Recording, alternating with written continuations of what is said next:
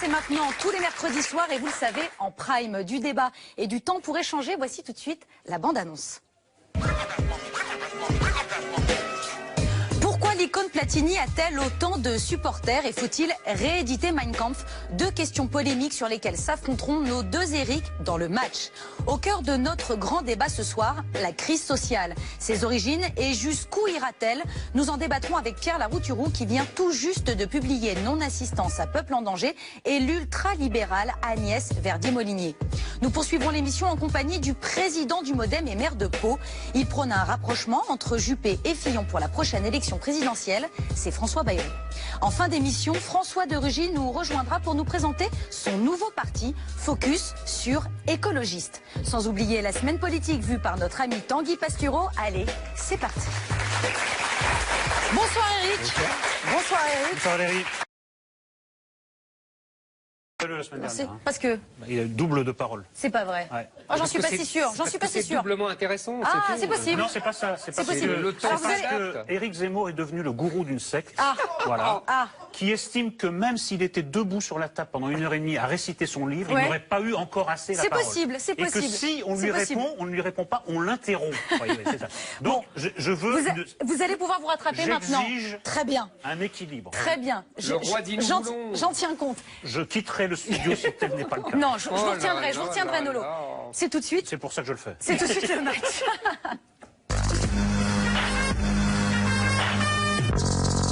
Scandale dans le milieu du foot. Notre idole, Michel Platini, serait impliqué dans une sombre affaire de versement illégal.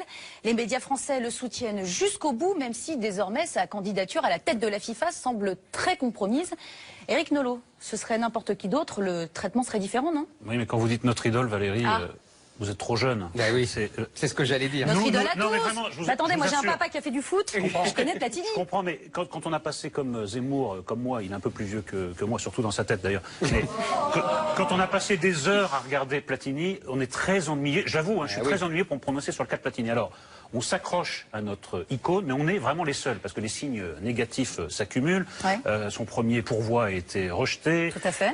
L'UEFA est en train de préparer un deuxième candidat, un Italien, qui était le bras droit de Exactement. Platini. Mais si je quitte un peu mon côté midinette de Platini, je dois dire qu'en effet, si ce n'avait pas été le numéro 10 de l'équipe de France, pour les faits qui lui sont reprochés, il aurait déjà été excommunié de manière médiatique. Parce que cette histoire de 2 millions d'euros sans contrat 1,8 écrit, million, oui. qui sont versés 9 ans après, c'est quand même louche. Et puis surtout, il y a une autre affaire qui a été très complaisamment étouffée avant, c'est celle du Qatar. Oui. Déjà, pour accorder la Coupe du Monde au Qatar, il faut quand même se lever de bonheur, parce que je ne savais pas que c'était un grand pays de football. Mais enfin, moi, je demande qu'à m'instruire, c'est pour ça que je fais cette émission. Et il aurait soutenu la candidature, conseillée, pour dire le moins, par Nicolas Sarkozy. Donc je trouve que là, l'indulgence devient un peu de la complaisance, et je suis partagé entre mon côté midinette et mon côté commentateur. Voilà. Zemmour, Alors, on ne touche pas à Platini? non mais c'est pas ça. C'est que évidemment on touche pas à Platini d'abord parce que c'est notre jeunesse, donc c'est tout. Voilà. Voilà. Il y a des choses fondamentales dans la vie. Et, notre jeunesse, c'est fondamental. Donc ça c'est une première chose. Deuxièmement, plus sérieusement, je ne dirais qu'une chose, moi, c'est tout le foot mondial qui est pourri. J'allais y venir. Est-ce que c'est pas symptomatique finalement de... Mais enfin, Non, mais je veux dire, tu vas enlever Platini, tu vas mettre l'Italien, mais c'est la même chose. Tu mets Blatter On lui avant. reproche c'est la rien même- pour le Non, moment, mais je l'Italien. reproche rien, Oui, mais non, je le connais même pas. oui, bah, on peut pas mettre tout le monde dans le même sac. hein. Si, tout le monde est dans le même sac. C'est le foot qui est pourri depuis 20, 30 ans. C'est le foot qui a... Qui est vérolé c'est par le- l'argent, quoi. Qui est... Bah, c'est-à-dire que ça serait...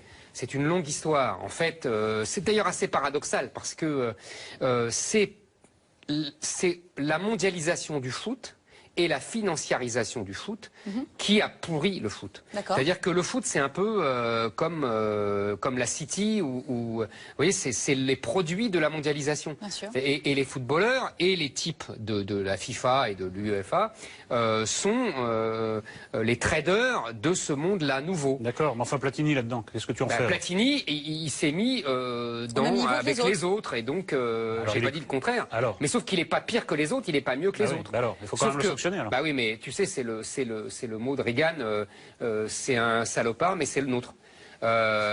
Moi, j'ai l'habitude de défendre les Français, même si parce qu'ils sont français. Est-ce qu'on ne tombe C'est pas pas là très juste, sur non un aspect très problématique de la pensée zémourienne à savoir une grande indulgence pour les grands délinquants, disons, financiers, et une très grande sévérité pour la petite délinquance. J'essaie de défendre Platini, mais toi tu me dis... Est-ce que j'étais indulgent? Oui. Non. Non, j'ai pas été indulgent, j'ai dit que c'est tout le foot qui est pourri. Et d'ailleurs, à l'étranger, l'image est pas tout à fait la même. Évidemment. Évidemment, c'est évidemment. Parce qu'il n'est pas français. Évidemment, il n'est pas leur Platini. Il n'a pas mis tous les coups francs, nous on pleurait à chaque fois qu'il mettait un coup franc, on savait qu'il y avait un but, etc. Admets qu'on n'est pas loin de la complaisance. Mais je suis d'accord, c'est de la complaisance. Les deux affaires que j'ai citées, mais le problème va bien au-delà de Platini, c'est ça que je veux te dire. Ils ont même eu d'ailleurs du mal à trouver un candidat de rechange qui ne soit pas impliqué. Voilà, c'est vrai. Enfin, c'est pas parce qu'on peut faire un jugement d'ensemble qu'il faut exonérer Platini à titre individuel. Je n'exonère pas. Ce que je veux dire, c'est que c'est le foot qui est malade. Ça, c'est vrai. Et il est malade de cette mondialisation-là. Mais quand on dit ça, on vous dit c'est impossible de revenir en arrière. Très bien. Le gong. On peut parler encore 2 secondes. Le gong est passé. Eh bien, justement, je te les donne. Eh bien, ce sera dans... Bien urbain. Je les garde. Ce sera dans le second thème très polémique de ce match, pour ou contre la réédition de Mein Kampf. Pour Alexis Corbière, secrétaire national du parti de gauche, c'est non. Il est le 3e œil du match. N'importe quoi.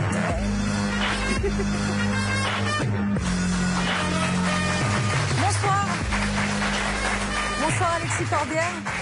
Alors je le rappelle, vous êtes secrétaire national au parti de gauche et vous avez publié hier une tribune dans Libération contre la réédition de Mein Kampf prévue chez Fayard. Pourquoi ? Contre l'édition du plus grand livre antisémite du XXe siècle, parce que je considère que si lui, qui est le livre le plus connu, est publié dans une grande maison d'édition, c'est tout le reste de la littérature antisémite. Et elle est extrêmement importante, qui va être publiée. On va m'expliquer qu'il faut publier absolument La France juive d'Édouard Drummond, sinon on ne comprend pas l'affaire Dreyfus. Et pourquoi pas, au prime time, sur TF1, Le Juif Sous, en couleur et en 3D, parce qu'il faut comprendre, etc. Et donc je ne veux pas qu'il y ait ce retour de toute cette littérature antisémite. Je veux qu'on puisse y travailler, les historiens doivent travailler. Mais je vois bien que c'est pas neutre.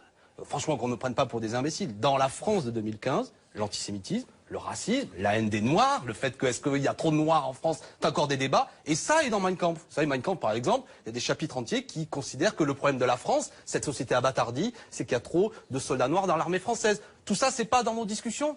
L'antisémitisme, il n'est pas présent.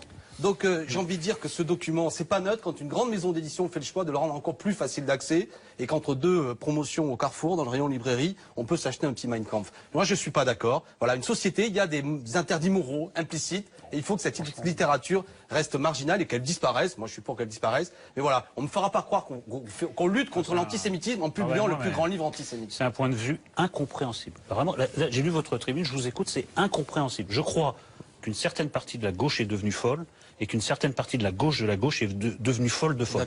Oui. Je vais déjà vous opposer un argument de bon sens. Oui. Mein Kampf va tomber dans le domaine public.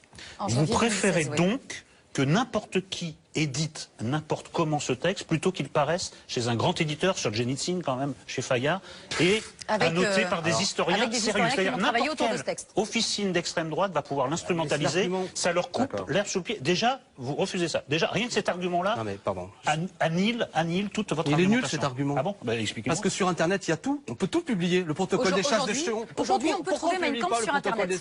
Parce que ce n'est pas un document historique. Mais vous plaisantez ou quoi? Signé par quelqu'un qui a ravagé la moitié de l'Europe et exterminé. Et La France juive d'Édouard Drummond, ce grand best-seller antisémite, pourquoi on le publie pas? Faites-le vous. Et deuxièmement, je vais vous dire. Un personnage historique. Mais vous plaisantez. Mais non. Mais vous plaisantez. Mais la passion antisémite en France au 19e siècle. Mais en plus, c'est pas vous, monsieur Nolot, qui allez me faire la leçon parce que vous publiez des livres avec Alain Soral. Vous avez un point de vue. Non, avec lui. Vous avez un point de vue. C'est votre. Mais c'est votre opinion. Je considère que vous légitimez ce genre de personnage. Donc moi, quand vous dites ça, vous dites ça, ça signifie que quand on interviewe quelqu'un, on est forcément d'accord avec lui. La preuve que non. Je vous donne mon opinion. Je trouve que votre technique, soi-disant pour lutter contre les idées nationales sociales d'Alain Soral, elle vaut que quick, vous êtes nul. Et ce bouquin, légitime, c'est mon opinion, légitime Alain Soral. Deuxième objection avant de laisser parler. Non, mais vu que vous dites que la gauche est devenue folle, je dis celui qui est devenu fou, c'est vous. Notamment un personnage marginal comme Soral, vous le publiez. Mais c'est mon opinion. Je l'ai pas publié. Je ne l'ai pas publié, j'ai polémiqué avec... Non mais pour quelle raison j'engage des discussions là-dessus? C'est que j'ai immédiatement droit de la part du professeur Nolot une leçon sur le fait que je suis devenu fou. Moi je vous dis, si vous voyez même plus aujourd'hui le problème, que allez dans les librairies, y compris le monsieur qui est en face, qui participe aujourd'hui à ce que je considère comme une littérature rance, dans lequel le discours... rien dit. Non mais... Oui, mais... J'ai écrit, mais j'ai encore rien dit. Non, mais je veux dire, j'ai le droit. Mais moi, j'ai un point de vue. Premièrement, bon, je suis prof, mais je suis engagé, je suis citoyen. Voilà, je donne mon opinion. Mais vous avez raison. Après, qu'on discute, mais je dis, ça n'est pas neutre. Vous discutez pas. Alors, ça n'est pas neutre. Vous jetez de l'anathème. Vous m'avez traité de fou. Il est gentil. Alors, le seul qui a le droit d'attaquer sur le plateau, on va laisser poursuivre. Merci, monsieur Nolot. Je suis fou. Vous présentez de manière fausse et mensongère un livre de polémique que j'ai publié contre Alain Soral. Non mais c'est bon, on parle d'Adolf Hitler. Oui, mais c'est vous qui avez... Il a joué un rôle un peu plus important qu'Éric Nolot dans l'histoire, donc on va jeter je ne vous le fais pas dire. Les historiens trancheront. Deuxièmement, il y a encore mieux dans votre tribune. Vous estimez que comme le texte est facilement accessible aux chercheurs, le grand public n'a pas à y avoir accès. Et là, c'est un mépris pour le peuple que je trouve incroyable. Laissez les gens prendre connaissance d'un document historique, se faire une idée. C'est pas un livre qui est balancé comme ça. Il y aura 100 pages ou 200 pages de notes. De quoi vous avez peur? Et oui, qu'est-ce qui se passe? Vous croyez vraiment que les gens... qu'il y a un parti nazi qui va naître? Qui peut émerger Tous les pays dans lesquels aujourd'hui Mein Kampf est un best-seller, Turquie, d'accord, Inde, dans une province, chaque fois ça va de pair avec des formations d'extrême droite antisémite qui progressent. Arrêtez de me prendre pour un bleu. Y compris, il y a un journaliste, Antoine Wittkin, qui a fait un bouquin très intéressant sur aujourd'hui le succès post-mortem de Mein Kampf. Il y a un lien évident. Qu'est-ce que vous croyez? Que les gens, le succès de librairie, ça va être dû à des gens qui vont acheter ce livre pour la préface, bien entendu, et le bas de note. Partout va y avoir cet intérêt rance, cette espèce de goût de la formule antisémite. Ce succès en librairie, quoi. Pardon? Mais je dis, attendez, que les choses soient claires, que les historiens puissent travailler, qu'il y ait des livres sur le nazisme. Évidemment qu'il faut y travailler. Moi, je suis enseignant devant mes élèves. Je fais lire des fois des extraits de Mein Kampf. Il ne s'agit pas. Mais vous voyez pas la différence? Il ne s'agit pas, je suis pas un totalitaire qui va gommer sur les photos Monsieur Hitler qui disparaîtrait, c'est pas ça le sujet. Mais je dis, ça n'est pas neutre. Moi je dis que ça reste dans les poubelles de Google, voilà ce que je dis. Et quand le plus grand éditeur français le met à facilité d'accès, ça a des conséquences sociales. Oui, monsieur Nolot, je ne suis pas d'accord. Non mais c'est bien, je me suis bien amusé maintenant, mais j'aimerais bien dire mon mot. Puisque je remarque que... C'est votre émission. Non mais d'abord j'accueille, c'est d'abord l'invité. Merci de m'inviter. Mais je vous en prie, c'est un plaisir. D'abord, je remarque que pour mon livre comme pour Mein Kampf, vous employez le même adjectif qui est rance. Vous devrez un peu renouveler votre vocabulaire en adjectif. Je vous donne une liste d'adjectifs. Franchement, ça rime avec France. Vous êtes c'est pas mal déjà. Bon. Deuxièmement, vous faites semblant de croire deux choses. La première, c'est que Mein Kampf n'est qu'un livre antisémite, ce qui est faux. J'ai dit l'inverse. Non, vous avez dit c'est le plus grand livre antisémite. Non, j'ai dit c'est un livre. Alors, vous voulez que je termine? Attends, anti-lumière, anti-révolution française, anti-français, anti-noir. Ah, c'est déjà mieux. Mais je l'ai dit tout à l'heure. Non, vous avez dit uniquement antisémite. Excusez-moi, vous avez dit les noirs après comme ça par la bande, mais les noirs, vous savez pourquoi? C'est parce que c'est l'occupation de l'armée française. Voilà, de la Rhénanie en 23. On est d'accord. Je l'ai dit. Mais pardon. Non, faut aller vite. Vous savez, on m'a dit 5 minutes. Mais non, mais moi, je peux parler de Mein Kampf. Il y a aucun problème. Moi aussi. Donc, premièrement, c'est d'abord anti-lumière, anti-Japon. C'est d'abord un livre anti-français. Qui veut prendre sa revanche sur la France. On dit qu'en 1945, juste avant de mourir, Hitler aurait dit « j'ai perdu, mais au moins la France ne s'en remettra jamais », comme quoi il n'avait pas tout à fait tort. Deuxièmement, si, on peut le dire, ça on peut le dire, qu'en tant que grande puissance, c'est terminé. Deuxièmement, mais bref, c'est une autre discussion. Deuxièmement, non, c'est pour vous dire l'hostilité... La France est une grande puissance, arrêtez ce discours décliné. Deuxièmement, je voulais simplement dire que l'hostilité anti-française est au moins aussi grande que l'hostilité anti-juive. Ça, c'est une première chose. Deuxièmement, vous faites semblant de croire que le problème aujourd'hui, c'est l'antisémitisme en France et en Europe. Vous faites semblant de croire, parce que c'est faux. L'antisémitisme en France n'est plus un sujet politique depuis justement 1945.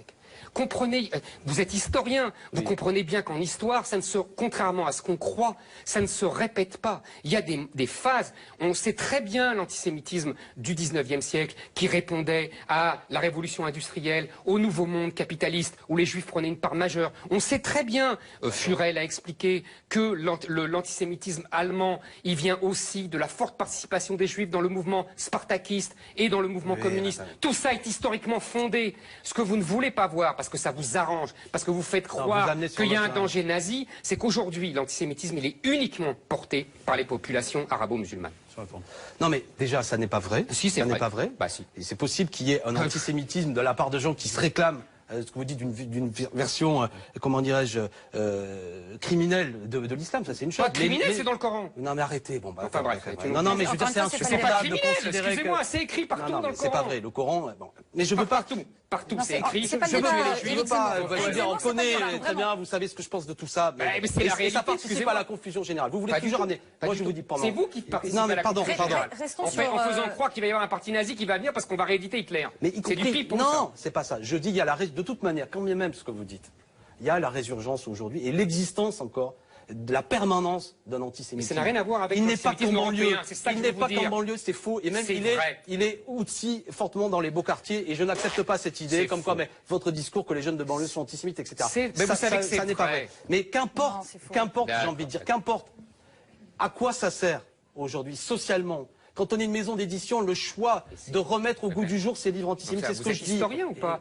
Parce que je suis historien aussi, je sais que si on considère que c'est un document historique, vous avez toute une littérature, parce qu'on ne comprend pas uniquement le nazisme à travers cet ouvrage. Il y a de nombreux discours, il y a de nombreux ouvrages, donc il faut tout republier. Donc il faut tout republier de la France, de la littérature. Voilà. Et alors, moi j'ai lu les livres de Céline. Voilà. Eh bien, moi, je considère juste qu'il est bon que les ayants droit de Louis-Ferdinand Céline continuent à penser que Bagatelle pour un massacre, les beaux draps ne soient pas publiés. Excusez-moi, je l'ai lu, Bagatelle pour un massacre. Mais le fait que ce soit trouvable de manière confidentielle, ça n'est pas la même chose. C'est l'histoire. Je voudrais vous poser une question. C'est pas ça. Il y a un livre allemand, pas très bon, mais peu importe, qui a été un best-seller, qui imagine que Hitler revient au même âge qu'il avait au moment de sa mort. Non, oui, il est revenu. C'était un très mauvais livre, c'est raté. Qui s'intitule Imaginons que ça arrive. Hitler revient en 2015. Quel est le journaliste qui refuserait d'interviewer Hitler en tant que personnage historique? Dites-le moi. Est-ce qu'il y a un journaliste qui refuserait? Est-ce qu'il ferait le jeu de l'hitlérisme? Est-ce que ça ferait de lui un nazi? Non, parce qu'il interviewe un funeste personnage, mais un personnage historique. Mais voilà. Non, mais tu sais, aujourd'hui, évidemment, votre position est incompréhensible. Non, mais attendez. Votre conclusion. Et répondez à ma question. Oui, je vais y répondre. Aujourd'hui, l'extrême droite, elle n'est pas un uniforme, elle défile pas au pas de loi et elle n'écrit pas, elle n'a pas pour projet de mettre dans des fours 5 millions de juifs. C'est pas ça le sujet. Et même, là, je vais donner un point à Zemmour. Bien sûr que c'est des nouveaux visages, des nouvelles configurations politiques. Mais il n'empêche que, encore aujourd'hui, ceux qui considèrent qu'il y a une division dans la société, que tous les citoyens ne sont pas égaux, en fonction de leur confession. Elle a l'air de vous embarrasser. Mais personne ne dit ça. Alors, elle m'embarrasse. Mais parce qu'elle si, parce que vous ne savez pas comment répondre. Mais c'est absurde. Non mais attendez, s'il s'agit... Non mais pardon. C'est un travail d'historien. Non mais attendez, si on travaille d'historien, alors voilà, je comprends votre question. Si on travaille d'historien, c'est de considérer que sur des chaînes d'information, il faut donner un temps de parole à Monsieur Hitler, parce qu'après tout, c'est un personnage historique important. Je dis, vous êtes un dingue. Voilà, moi je ne suis pas pour que Hitler ait droit à la parole sur BFM ou sur iTélé ou ailleurs. Même dans une librairie. Non mais ce que vous dites, est-ce qu'une chaîne l'interrogerait? Si elle le fait, si tous les journalistes l'interrogeraient. Parce que c'est un personnage historique majeur et on est obligé d'en tenir compte. Évidemment qu'on ne serait pas fou de joie. Ça veut dire qu'on est obligé d'en tenir compte. C'est ce qui vous amène à dire, puisque alors... Voilà, moi je veux savoir d'où vient la pensée de quelqu'un qui a mis à feu et à sang l'Europe. Mais c'est incroyable. Mais il y a des milliers de bouquins, mais vous me prenez... Mais non, c'est l'origine. Mais monsieur Nolot, renseignez-vous, lisez Johann Chapoutot, lisez les historiens sur le nazisme, il y a des bibliothèques entières. C'est son bréviaire. Je veux savoir d'où ça existe. Non mais c'est pas sérieux. C'est le deuxième gong. Merci beaucoup. Merci d'avoir participé à la fin de ce match. Dans quelques instants, nous recevrons le président du MoDem, François Bayrou. Mais avant cela, il y a le grand débat.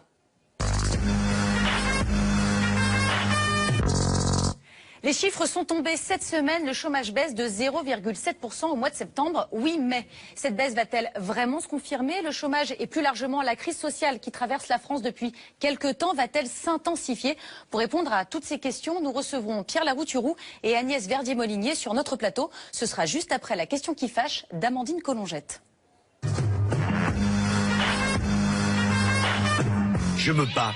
Je me bats pour que cette promesse, qui est la seule qui compte aux yeux des Français, que le chômage puisse baisser.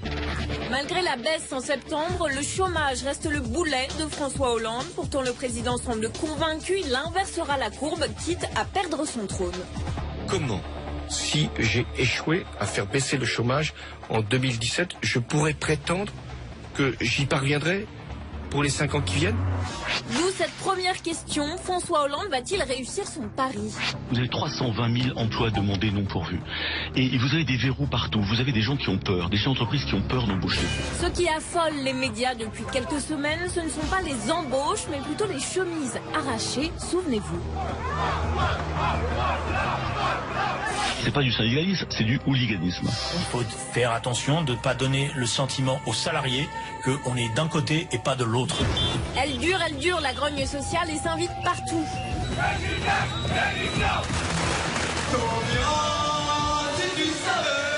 Est-ce que vous dénoncez, vous, la violence des 2900 licenciés? Est-ce que vous la dénoncez? Je fais tout pour qu'il n'y ait pas de licenciement. Vous ne la dénoncez pas? Alors, deuxième question, comment calmer le climat social? Il y a bien une solution, une potion magique même. Si on n'a pas de croissance, on n'aura pas d'emplois supplémentaires et de baisse du chômage. À l'évidence, il faut de la croissance, on s'en sortira pas sans croissance. Mais oui les gars, mais elle vient d'où la croissance? Vous allez la faire venir comment? Et oui, la France des 30 Glorieuses est un vieux souvenir, alors question qui fâche. Quelle solution miracle pour relever la France? Bonsoir Pierre Larouturou, vous êtes le fondateur du parti Nouvelle Donne et vous venez de publier ce livre très critique, Non-assistance à peuple en danger, chômage, précarité, logement, la crise s'aggrave, ils ne font rien, aux éditions Fayard. À vos côtés, Agnès Verdier-Molinier, bonsoir. Bonsoir. Vous dirigez la fondation IFRAP, un think tank plutôt libéral, et vous avez écrit cette année « On va dans le mur » chez Albin Michel. Alors, on vient de l'apprendre, le chômage baisse de 0,7%. Est-ce qu'on assiste là au début de l'inversion de la courbe du chômage? Non, hélas, on aurait été content de dire oui, mais si on regarde d'abord toutes les catégories de chômeurs, elles ont encore augmenté de 2000 ou 3000, et puis surtout, plus grave, il y a 50 000 personnes qui ne sont plus comptées comme chômeurs parce qu'elles sont tombées dans la pauvreté. On l'oublie, mais tous les mois, il y a des gens qui, ça fait 2 ans qu'ils sont au chômage, ça fait 2 ans qu'ils ont été licenciés, ils avaient un bon boulot, ils ont bossé pendant 20 ans dans une entreprise, ils ont été licenciés, puis au bout de 2 ans, ils trouvent rien, et maintenant, ils ne sont plus comptés comme chômeurs, mais ils tombent dans une mouise encore plus grande. Et tous les mois, il y en a 50 000. Donc il y a quelque chose d'assez indécent, franchement, d'assez indécent, de voir des ministres avec des costumes de soie qui expliquent que ça va mieux, alors que tous les mois, il y a des milliers de familles qui se retrouvent dans la mouise, que tous les mois, il y a des PME qui font faillite. Donc, et quand ils nous disent que la croissance revient, ça fait 40 ans qu'on nous dit que la croissance revient, et c'est évidemment faux. Très bien. Est-ce que vous faites le même constat?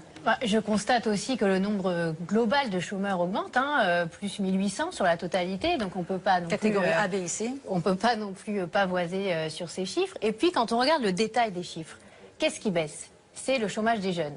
Et qu'est-ce qui s'est passé dans la dernière période, en tout cas entre 2012 et 2014? On a augmenté de manière très très conséquente le nombre d'emplois qu'on dit aidés, les emplois d'avenir, les emplois aidés, etc. Et donc, qui est visé par ces emplois? Ce sont les jeunes. Qui finance?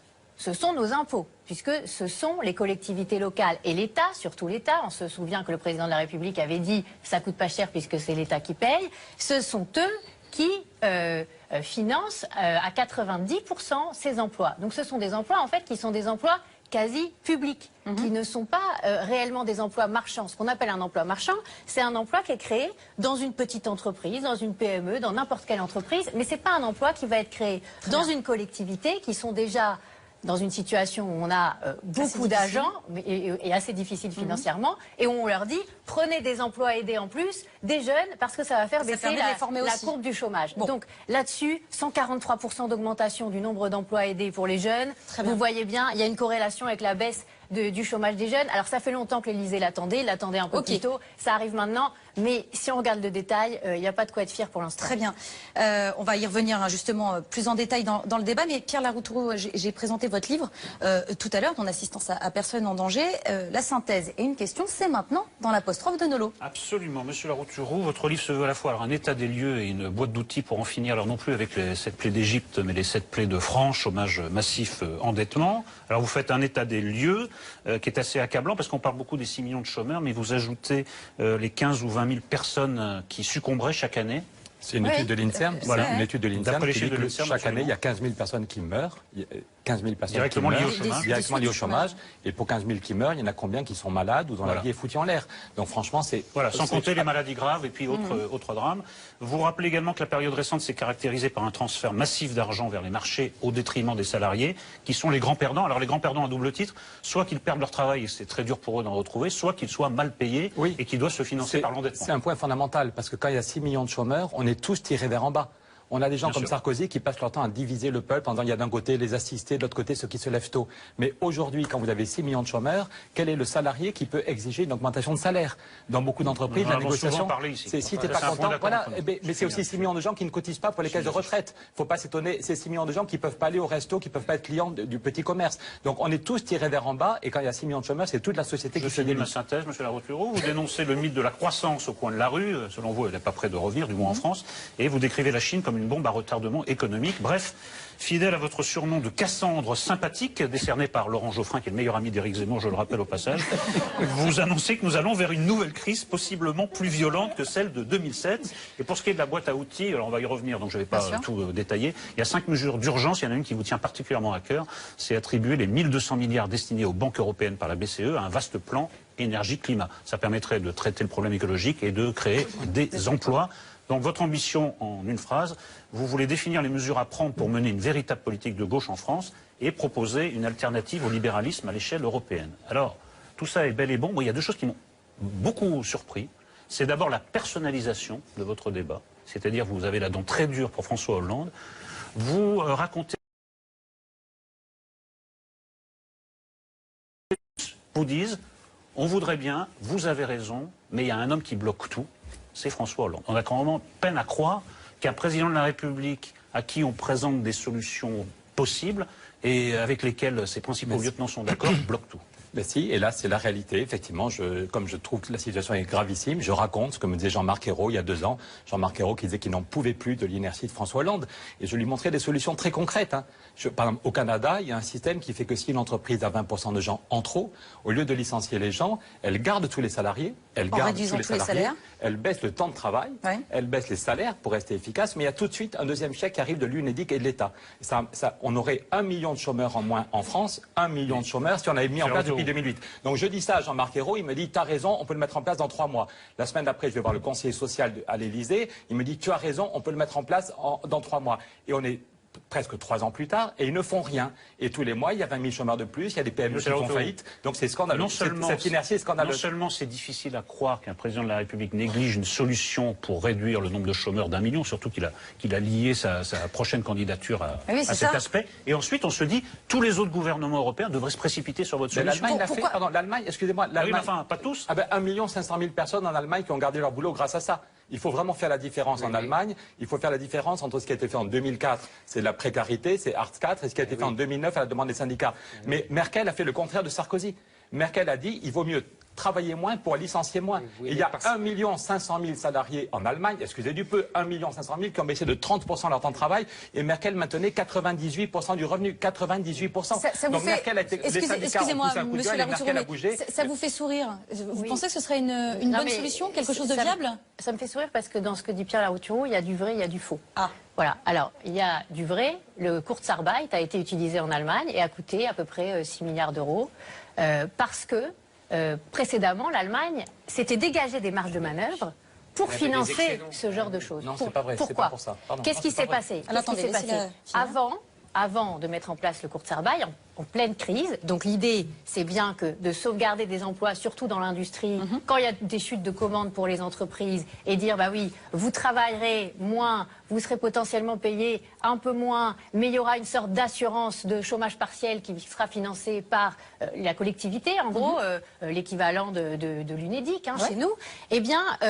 précédemment, ils avaient beaucoup flexibilisé le marché du travail avec les réformes Schröder, avec les lois Hartz, d'ailleurs, dont Pierre Larouturou parle dans son livre en disant ça c'est l'horreur, il faut surtout pas le faire. Cela dit, c'est ça qui a permis aussi derrière de pouvoir financer. Pourquoi? Parce que dégager les fonds nécessaires. Non, c'est totalement faux. C'est aucun rapport avec Hartz, c'est le contraire. C'est pas le même gouvernement et c'est exactement le contraire. Pourquoi ça a un rapport? Pourquoi ça a un rapport? Hartz, c'est des petits boulots payés à 500 € par mois. On va écouter les arguments de chacun. Laissez-moi finir. C'est faux. Avec les réformes de Schröder, qui ont été saluées partout en Europe, y compris par notre parti socialiste.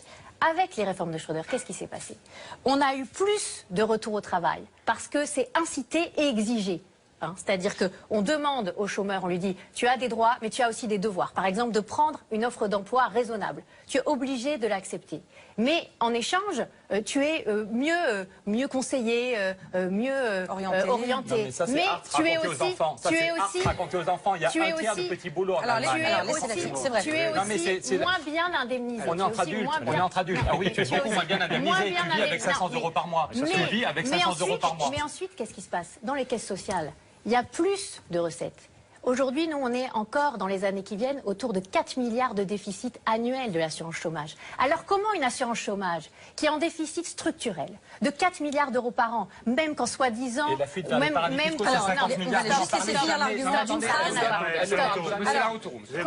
Comment on fait pour financer du chômage partiel quand on a un système qui structurellement est en déficit alors qu'on n'a pas fait les réformes? Et c'est ça le problème de la France, c'est que chaque fois qu'arrive une crise, les caisses publiques sont à sec, parce que quand c'est la croissance, on fait la cigale et on ne met rien de côté. On dépense, et on ne prévoit pas l'avenir, alors que les ménages français, eux, sont toujours en tant que ménage en train d'essayer de prévoir le prochain projet. Qui vous écoute, qui bouillonne. Éric Zemmour, c'est très agréable. Je laisse parler tout le monde, je vais avoir une statue. Bien sûr. Alors, en plus, je vous ai bien écouté, c'est très intéressant votre dialogue, et je vais essayer à ma façon de trouver une synthèse. D'abord, ce qui est très amusant, vous aurez remarqué, c'est que c'est la gauche socialiste qui fait les réformes les plus antisociales et c'est la droite démocrate chrétienne qui fait les réformes les plus sociales. Ça, c'est amusant, mais bon. Deuxièmement, ce que je remarque, c'est que vous avez raison, si je puis me permettre, et tort tous les deux. C'est évident que l'Allemagne a commencé par taper les salaires à 500 €, à renoncer à l'égalité, ils n'avaient pas de SMIC, etc. à l'époque, et donc ça a permis en fait d'avoir, il y a deux salariats en Allemagne. Il y a le salariat des ouvriers supérieurs, hein, les types de Volkswagen et compagnie qui sont payés mieux qu'en France, et puis il y a le lumpen, on est d'accord, il y a le lumpen qui fait le petit boulot pour les grands. Et nous on n'a pas du RSA, nous. Et nous, attendez, mais je suis pas en désaccord fondamental. Bien sûr qu'on a le RSA et qu'en plus ils foutent rien, alors que là au moins ils bossent. C'est pas ce que je dis. Ah, vas-y. En RSA, ils ne travaillent pas. Ils cherchent du boulot. Ils cherchent du boulot, mais ils ne travaillent pas. Vous en connaissez beaucoup qui sont cool à 500 € par mois. Non, mais ce que je veux. Non, mais excusez-moi. Mais je vous dis pas le contraire. Je vous dis pas le contraire. Je vous dis pas que c'est bien d'être payé à 500 €. Je vous dis comment a fait l'Allemagne. C'est tout ce que je dis. Je ne mets pas de morale là-dedans. Si vous me connaissez un peu, vous savez que moi, je ne mets pas de morale dans des discussions objectives. J'essaye. Bon. Donc là, effectivement, ils ont fait ça. Après, ils peuvent faire dans un deuxième temps. C'est pas. Parce qu'ils ont des réserves ou pas des réserves, mais ils le font. Aucun lien entre les deux. Mais monsieur Larouturou, on met 20 milliards, nous. Vous préférez qu'on licencie les gens, les 2900 qui vont être licenciés d'Air France?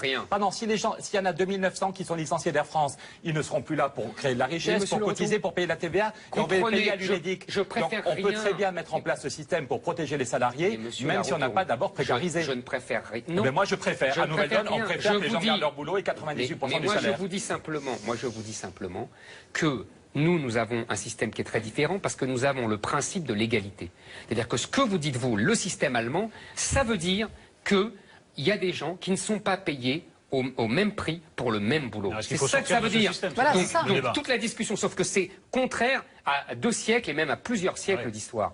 Et c'est ça le sujet. Le système allemand, il n'est pas à prendre ou à laisser. Nous, ce qu'on dit, c'est que... Mais ça, c'est trop facile, ça. Vous prenez ce qui est intéressant, ça, c'est démagogique, excusez-moi, monsieur Larouturou. Non, parce qu'ils ont pu financer la protection des salariés. Excusez-moi, c'est pas le même gouvernement. Et alors, c'est le même pays. Mais pardon, oui, mais c'est faux, c'est un mensonge de faire croire qu'on ne peut pas protéger les salariés si on ne les a pas d'abord précarisés. C'est totalement faux. Excusez-moi. Attendez, je vais vous donner un exemple simple. Monsieur Larouturou, je vais vous donner un exemple simple.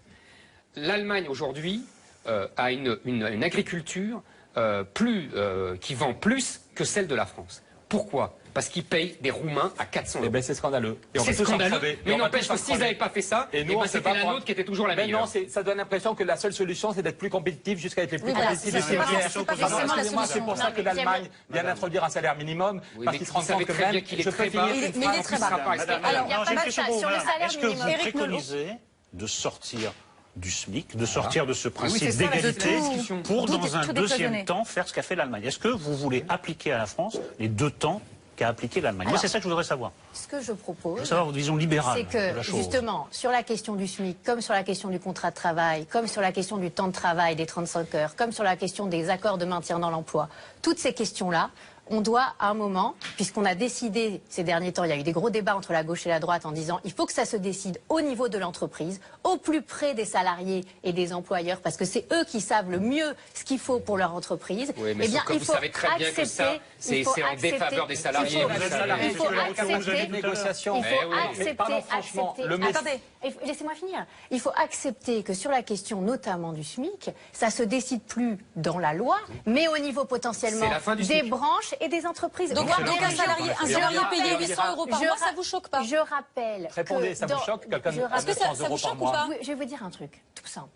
Je préfère quelqu'un qui est pas très bien payé, mais qui a un boulot. Mais qui a du mal à vivre alors. Oui, mais vous voyez, regardez, on parle de Arts 4 et de toutes les réformes. Plus 30% pour les dividendes l'an dernier, plus 30% pour les dividendes et tous les salaires qui baissent. Vous trouvez ça normal? On va accélérer. On ne dit jamais que, notamment sur ces questions de mini-job, en plus du mini-job, il y a des allocations. Hein, et ça, on ne les comptabilise pas, parce qu'on veut toujours regarder que ce qui nous embête en France. Alors on fait le focus sur le truc qui est absolument, soi-disant, scandaleux, et puis ensuite on ne regarde pas les propres problèmes. Donc on mélange petit salaire plus allocation, et du coup ça fait un SMIC. Moi, je préfère. Pour Madame Verdier-Molinier, c'est les États-Unis, où il y a 97 millions de gens qui ne sont plus sur le marché du travail. Vous êtes d'accord avec ça? Vous êtes d'accord avec ça? Aux États-Unis, la pauvreté explose et il y a 97 millions de gens qui sont plus sur le marché du travail. C'est ça son modèle, il faut arrêter les blagues. Notamment les jeunes, parce qu'on a parlé tout à l'heure du chômage des jeunes. Oui, tout à fait. Les jeunes, je pense que si vous leur proposez un travail payé moins que le SMIC, mais qui leur met le pied à l'étrier, vous voyez, aux Pays-Bas par exemple, ils ont moins de chômage des jeunes, ils ont un SMIC jeune. Alors ça choque tout le monde en France. Nous, on a nos tabous. Mais si vous proposez un vrai job, parce que vous voyez l'emploi d'avenir ou l'emploi aidé dans une collectivité locale, eh ben, c'est pas forcément un bon pied à l'étrier. Pourquoi? Parce que sur un CV, vous voyez, il y a des études qui ont montré que, au contraire, c'est un repoussoir. Donc vous voyez, c'est formidable. C'est formidable de dire, bah tiens, je vais mettre pendant un an. C'est toujours mieux que le chômage. Oui, non mais attendez, c'est mieux. Quel avenir? Vous avez envie que vos enfants, vous, aillent dans des emplois d'avenir ou des emplois aidés, dans des collectivités locales? Vous avez envie de ça? Est-ce que vous croyez que les Français, ils ont envie de ça? Attendez, les Français, écoutez-vous un peu. Les Français et les jeunes, et moi pour mes enfants, je préfère peut-être un job, oui, peut-être payer 800 ou 900 € par mois, mais un pied à l'étrier et potentiellement une carrière et quelque chose derrière. Attendez, concrètement, excusez-moi, imaginons qu'on met en place. Vous voyez la théorie. On va être super pragmatique. On va être super pragmatique. D'un pays où il y a 6 millions de chômeurs, on va mettre en place votre idée, donc on pourra payer moins les jeunes. Et donc il y aura un patron de PME qui aura un poste à vous proposer, il aura un gars ou une femme de 40 ans qui dira moi je vais te payer 1200 par mois, c'est voilà, et puis il aura un jeune très punchy qui pourra payer à 800. Ben, il prendra le jeune, voilà. Donc vous allez faire flamber, le chômage. C'est quoi cette vision des choses? Éric Zemmour, on écoute Éric Zemmour s'il vous plaît. Il y a quelque chose, maintenant qu'on a bien établi que le débat est là, premier débat, j'aimerais en ouvrir. C'est pas le seul, pardon. Mais justement, j'aimerais en ouvrir un second. J'aimerais en ouvrir un second, justement. Mais au moins, on a établi ça. C'est une vraie discussion. La deuxième discussion, me semble-t-il, c'est quand vous dites quelque chose de très juste, à mon avis, c'est quand vous dites il y a eu l'augmentation des dividendes, il y a eu l'augmentation des paradis fiscaux, etc., l'évasion fiscale, etc. Vous avez tout à fait raison. En fait, pour parler court, depuis 20 ans, depuis même 30 ans, depuis le grand marché européen, l'ouverture de la liberté des capitaux et des marchandises, on a la finance qui s'est enrichie sur le dos des salariés, pour parler très vite et de façon sommaire. Sauf que, moi, j'attends que vous me disiez, et j'ai attendu dans votre livre jusqu'à la fin, parce que vous ne remettez pas en cause fondamentalement ce système. Vous êtes européen, vous êtes... Non, vous rigolez quand on explique qu'il faut faire une séparation des banques. Non. Hollande avait promis, une des raisons pour lesquelles j'ai voté François Hollande, il avait dit on va séparer les banques, ce sera fait. Les banques de dépôt, les banques de mais Hollande est qu'un épiphénomène dans cette histoire. C'est quand même le président en ce moment, et c'est lui qui porte la responsabilité. Il n'a plus de pouvoir, parce que justement... Mais non, parce que justement la finance tient le pouvoir, puisqu'ils sont libres de faire des mouvements de capitaux comme ils veulent, depuis 30 ans. Ils sont libres parce qu'on leur laisse cette liberté. Excusez-moi. Mais qui leur laisse cette liberté? C'est la retour. C'est Bruxelles, ce n'est pas Hollande. Hollande, il ne fait rien parce que l'Europe n'est pas d'accord avec ça. Ça s'appelle Nouvelle Donne, c'est qu'on s'inspire, même si le monde a changé depuis 1933. Mais pardon, c'est que le New Deal, quand vous faites arrive, il sépare les banques sont sur les Vous me faites marrer avec votre Roosevelt. Je peux finir une phrase. Vous me faites marrer avec votre Roosevelt parce que vous savez très bien que ce n'est pas le New Deal qui a sorti les États-Unis de la crise de 29, c'est la guerre. Il faut arrêter avec ce New Alors on écoute la réponse de nos invités. Les 1000 milliards, très concrètement. La Banque centrale, il y a un énorme tabou qui est tombé, personne personne n'en parle. La Banque Centrale Européenne va créer 1200 milliards. C'est énorme. Dans tous nos pays, on s'engueule au Parlement pour trouver 3 milliards d'économies. On va supprimer 12 000 postes à l'hôpital parce qu'il n'y a pas d'argent. Mais la Banque Centrale va créer 1200 milliards et pense les mettre aux banques. Absolument. Voilà, comme en 2008, on a une belle crise financière. On voudrait que la prochaine soit encore plus énorme, plus rigolote. Nous, ce qu'on dit, et j'en ai parlé pendant 1 heure à François Hollande au mois de juin, on dit à François Hollande, vous devez, avec les chefs d'État européens, dire les 1200 milliards vont pas sur les banques, ils vont vers les peuples, vers l'économie réelle pour sauver le climat. Et pendant 20 ans, on aurait en France chaque année 40 milliards à taux zéro. On pourrait embaucher 200 000 personnes pour isoler, économiser l'énergie. Voilà. On a entendu donc ça, votre c'est un choix solution, clair. monsieur Et ça, c'est des lobbies bancaires qui ne veulent pas, parce que les lobbies bancaires sont reçualisés comme avant chez Sarkozy. D'un mot, Madame Verdier. Non, monsieur Larouturou, s'il vous plaît, on vous a entendu.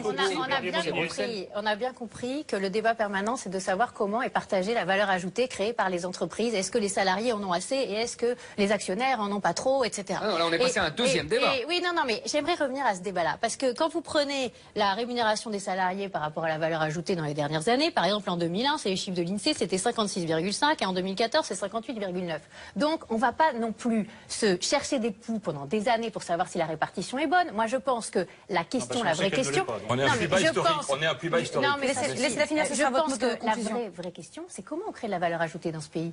Parce qu'on est en train de s'écharper là pour savoir, pour le tout petit bout de fromage qui nous reste, on est en train d'essayer de se le diviser là et de récupérer les miettes. Mais c'est pas ça la question. C'est comment on crée des boîtes, des start-up dans notre pays. Comment on donne envie justement. On crée des start-up seulement elles grandissent, elles grossissent jamais. On n'en crée pas. On a aussi des idées pour les PME. Un chiffre. 500 000 entreprises créées par an, seulement 26 000 qui sont employeuses. On ne crée pas de boîtes de croissance. On ne crée pas d'emplois marchands dans ce pays. Quand l'Allemagne crée 249 milliards de valeur ajoutée entre 2007 parce qu'ils ont encore des industries, on crée 90 milliards de valeur ajoutée. C'est rien du tout. Il faut libérer les énergies entrepreneuriales et ça passe par une baisse de la fiscalité du capital. On vous a entendu. Merci beaucoup. C'est la fin de ce débat. Désolé, on poursuivra une prochaine fois. C'était très intéressant. Merci beaucoup à vous deux d'avoir accepté notre invitation. Juste après la pub, nous recevrons notre grand témoin, François Bayrou, mais aussi notre focus, François de Rugy, et même notre humoriste, Tanguy Pastureau. Alors à tout de suite.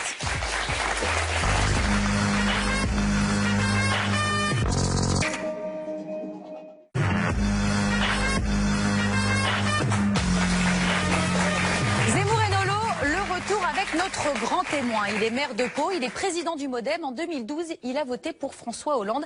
Alors quel bilan fait-il 3 ans et demi après? C'est François Bayrou.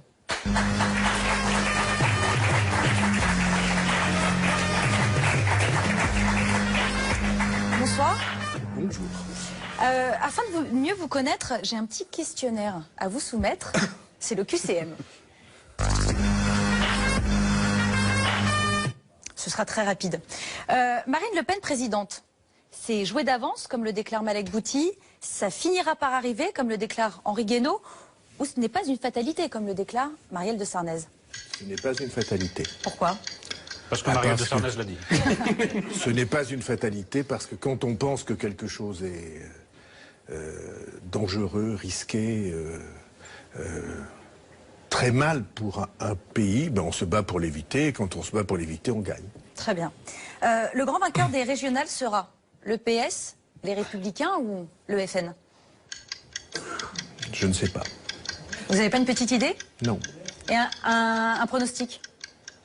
Non, je fais pas de pronostic, c'est pas mon sujet. Donc vous n'avez pas peur du FN? En règle générale, non, je n'ai pas peur du Front National. Et même pour les régionales, le fait qu'il puisse remporter 2 régions? Pour quelque échéance que ce soit, je n'ai pas peur du Front National. Je pense qu'on ne se bat pas contre lui comme il faudrait se battre. Ah, alors comment il faudrait se battre? Je pense qu'on est impuissant, paralysé, tétanisé, inaudible, désespérant pour les gens. Je parle de la vie politique traditionnelle comme elle se développe. Comme je veux vous rappeler, je me suis battu contre elle depuis longtemps. Bien sûr, on va peut-être en parler. Mais pour le reste, non, je n'ai pas peur au sens... fasciné, les gens sont fascinés par le Front National, ils regardent ça comme le prochain boa constrictor. Moi, je n'ai pas peur des boas et encore moins des constrictors. Très bien. Le meilleur âge pour être président, 71 ans, 66 ans ou 48 ans? Alors, Giscard me disait autrefois, Éric Zemmour sait bien que j'ai beaucoup fréquenté Valéry Giscard d'Estaing, dont j'ai été le bras droit pendant longtemps. Il disait, le meilleur âge pour être député doit commencer par un 3, pour être ministre par un 4, pour être Premier ministre par un 5 et pour être président par un 6. Inutile de dire qu'à l'époque où il disait ça, son âge à lui commençait par un 6. Mais il avait été président à 48 ans. En plus. C'était pas là. Ça, c'est vrai. Je pense qu'il était trop jeune, qu'il n'avait pas le recul nécessaire. Vous savez, dans ces fonctions, il y a un alcool très puissant. Et l'ébriété du pouvoir, il faut avoir beaucoup mûri pour l'éviter. Enfin, sauf que le président du temps de Giscard n'est plus du tout le même que celui d'aujourd'hui. Il n'a pas le quart des pouvoirs qu'il avait. Alors je ne partage absolument pas cette idée. J'ai entendu Éric Zemmour la défendre. Je pense qu'elle est complètement fausse, l'idée d'Éric Zemmour. J'essaierai de montrer pourquoi. D'accord. Ça fera un débat. Bien sûr, c'est le but de cette émission. Ce qu'Éric Zemmour dit est partagé à peu près par la totalité de la classe politique française. Et moi, je ne partage pas ce sentiment du tout. Très bien. Alors je rappelais, parce qu'on l'a peut-être pas compris, mais 71 ans, ce sera l'âge d'Alain Juppé en 2017, 66 le vôtre en 2017 et 48 ans celui qu'aura Marine Le Pen. J'ai une dernière question à vous poser. La boulette que vous ne referez plus jamais, c'est soutenir la droite, alors qu'aujourd'hui, Nicolas Sarkozy, c'est Nicolas Sarkozy qui préside les Républicains. C'est voter à gauche ou c'est vous représenter à l'élection présidentielle? Je n'ai jamais voté à gauche au sens accord avec le parti socialiste. Vous avez pourtant voté pour François Hollande. Non, attendez. J'ai choisi, à titre personnel, l'alternance en 2017. En 2012. Ouais. J'ai choisi l'alternance. Le lapsus est Et je choisirais aussi en 2017 l'alternance d'ailleurs. C'est tout à fait possible. Parce que c'est ma liberté de citoyen. Ah mais bien sûr. C'est exactement la vôtre. Absolument, je suis d'accord. Si je faisais un peu d'introspection sur François Bayrou, peut-être on aurait des surprises sur le bulletin que vous avez déposé. Et donc moi en tout cas, j'assume de manière absolument claire. En 2012, j'ai considéré que Sarkozy entraînait la France dans une direction qui était une direction très choquante. J'ai donc voté contre lui. Je n'ai pas fait d'accord avec le PS. La preuve, c'est que justement, le PS m'a fait battre à l'élection suivante. Et après tout, ils avaient parfaitement le droit, puisque je n'étais pas dans un accord avec eux. Et donc, non, j'ai choisi l'alternance. Et j'ai tout à fait la liberté, chaque fois qu'il y a un scrutin, on a la liberté de s'exprimer quand on est un citoyen, ce que je suis. Merci beaucoup François Bayrou pour ces réponses concises. Alors on en sait un petit peu plus sur vous grâce à ce questionnaire, mais je vous laisse découvrir un petit peu quand même. Oui. Mais je vous laisse découvrir ce que vous n'êtes pas. C'est l'anti-portrait réalisé par Dimitri Kefelec. Tout le monde dans cette affaire ment. Quand Nicolas Sarkozy dit « à nous les baisses d'impôts », tu parles. Lorsqu'on a été au pouvoir, on les a augmentés de 120 milliards. François Hollande, il s'est fait élire en faisant de grandes déclarations sur le fait qu'il ne ferait pas de privatisation. Il en est à 120 milliards de privatisation faites. Bayrou, Hollande, Sarkozy sont sur un plateau. C'était en 1999 lors des élections européennes. Et déjà, François Bayrou, après avoir été ministre de l'Éducation sous 3 gouvernements de droite, aucune formation n'échappait plus à vos critiques. Parce que certains disent les mêmes choses avec les mêmes mots, ils s'y collent ensemble. C'est un homme libre, qui n'a jamais été coincé dans les contingences partisanes. La gauche, la droite, si vous avez annoncé voter François Hollande pour le second tour de la présidentielle de 2012, aujourd'hui votre préférence se tourne vers Alain Juppé. J'ai pour Alain Juppé beaucoup d'estime. Par vos revirements et prises de position, vous ne vous êtes pas fait que des amis. Est-ce qu'on peut fermer la porte, s'il vous plaît? François Bayrou, à droite, on ne vous juge pas toujours lisible. Il a commis là un crime de lèse Sarkozy qui lui vaut désormais une volonté, un désir de vengeance d'une partie de l'électorat de droite dure. François Bayrou, il est partout et nulle part, il est surtout nulle part d'ailleurs. Je reconnais que le centre est sans doute un peu compliqué à trouver parfois. Aujourd'hui, il porte une part de la responsabilité de ce que faisait François Hollande. François Hollande avait des atouts en 2012 et il avait pris des engagements. Et ces engagements, il ne les a pas respectés. Ancien député au Parlement de Strasbourg, c'est surtout l'Europe qui, dans la lignée du centre français, est resté le fil rouge de votre parcours. Vous la décrivez comme la clé pour peser sur l'avenir du monde. François Bayrou, vous êtes tout sauf eurosceptique. On essaie de faire croire aux Français que l'Europe les menace. La réalité est que l'Europe les protège. C'est leur seule arme. François Bayrou est évidemment un Européen, sans doute un fédéraliste. Mais ces engagements-là, ils sont devenus terriblement impopulaires. On est assis sur une bombe. Alors les Européens, les européistes, ils mettent leur drapeau dans leur poche. S'il y a bien chez vous une qualité que personne ne peut nier, c'est enfin celle de toujours essayer. Être le chef de l'État, voilà votre objectif. Déjà 3 tentatives pour y parvenir, peut-être une 4e. Si Sarkozy gagne la primaire en novembre 2016, François Bayrou sera candidat. Car François Bayrou, vous n'êtes pas résigné. Il ne s'use que si l'on s'en sert, mais comme ça n'a pas servi beaucoup, il n'est pas très usé, donc il peut être à nouveau candidat. Si ce n'est président de la République, peut-être Premier ministre. Il jouera cette carte à fond. Un vote controversé, un centre difficile à faire exister, mais des ambitions toujours élevées. Voilà pourquoi François Bayrou, il fallait vous inviter. Eh bien, ça mérite qu'on en parle. Et pour commencer ce débat, Monsieur Bayrou, Éric Nolot a quelque chose à vous dire. Oui, d'abord on est très heureux de vous recevoir. Vous étiez l'invité de la première de Zemmour et Nolot, vous êtes l'invité de la 110e et vous êtes même venu entre-temps. Et en l'honneur de ces 3 invitations, j'ai sélectionné 3 raisons pour lesquelles vous ne serez pas le prochain président de la République et je voudrais que vous réagissiez successivement à chacune de ces propositions. Alors, premier point, ça ne vous a pas échappé, on observe en ce moment une poussée aux extrêmes. Alors à l'extrême droite, avec la montée du FN et la droitisation des esprits dont certains de mes voisins ne sont pas tout à fait innocents, et à l'extrême gauche, les frondeurs du PS et la gauche de la gauche qui voudraient une autre politique. Donc, première objection, le centre n'est plus une idée pour le présent et sans doute plus une idée pour l'avenir proche. Première objection, à laquelle je vous laisse répondre. Est-ce qu'il y a une poussée vers les extrêmes? Oui. Est-ce que cette poussée vers les extrêmes est bonne? Elle est catastrophique. Et donc, comme elle est catastrophique, il faut bien qu'il y ait des gens pour proposer un autre avenir, un autre cap pour le pays. Bah, c'est d'une simplicité biblique. Donc, votre argument...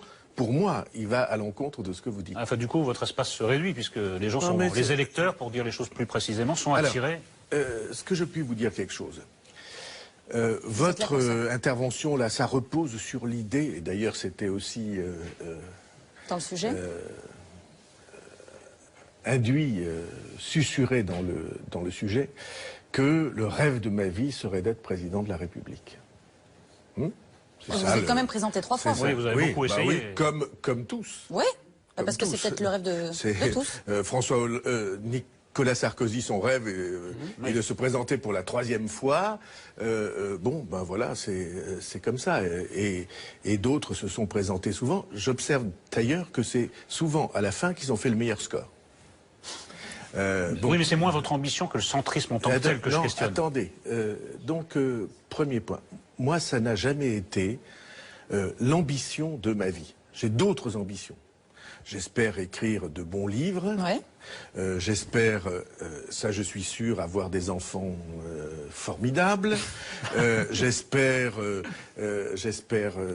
entraîner le Béarn et la ville de Pau qui l'incarne vers un horizon meilleur. Et j'espère être, pour une famille politique qui, pour moi, est cruciale pour le pays, quelqu'un qui l'incarne et qui la porte et qui, si besoin, la fera renaître. Voilà. Ça, c'est des rêves de vie. Après, vous espérez aussi redevenir député ou pas? Président de la République, je vais vous dire quelque chose. Je n'ai jamais pensé qu'être président, ça rendait heureux. C'est pas fait je pour. pense à peu vous près. êt présenté quand même 3 je fois. pense à peu près le contraire. C'est pas fait pour. Mais il y a des circonstances pour un pays, pour la vie d'un pays, où on a la responsabilité, le devoir, sans vouloir employer de grands mots, d'être là parce que personne n'est là.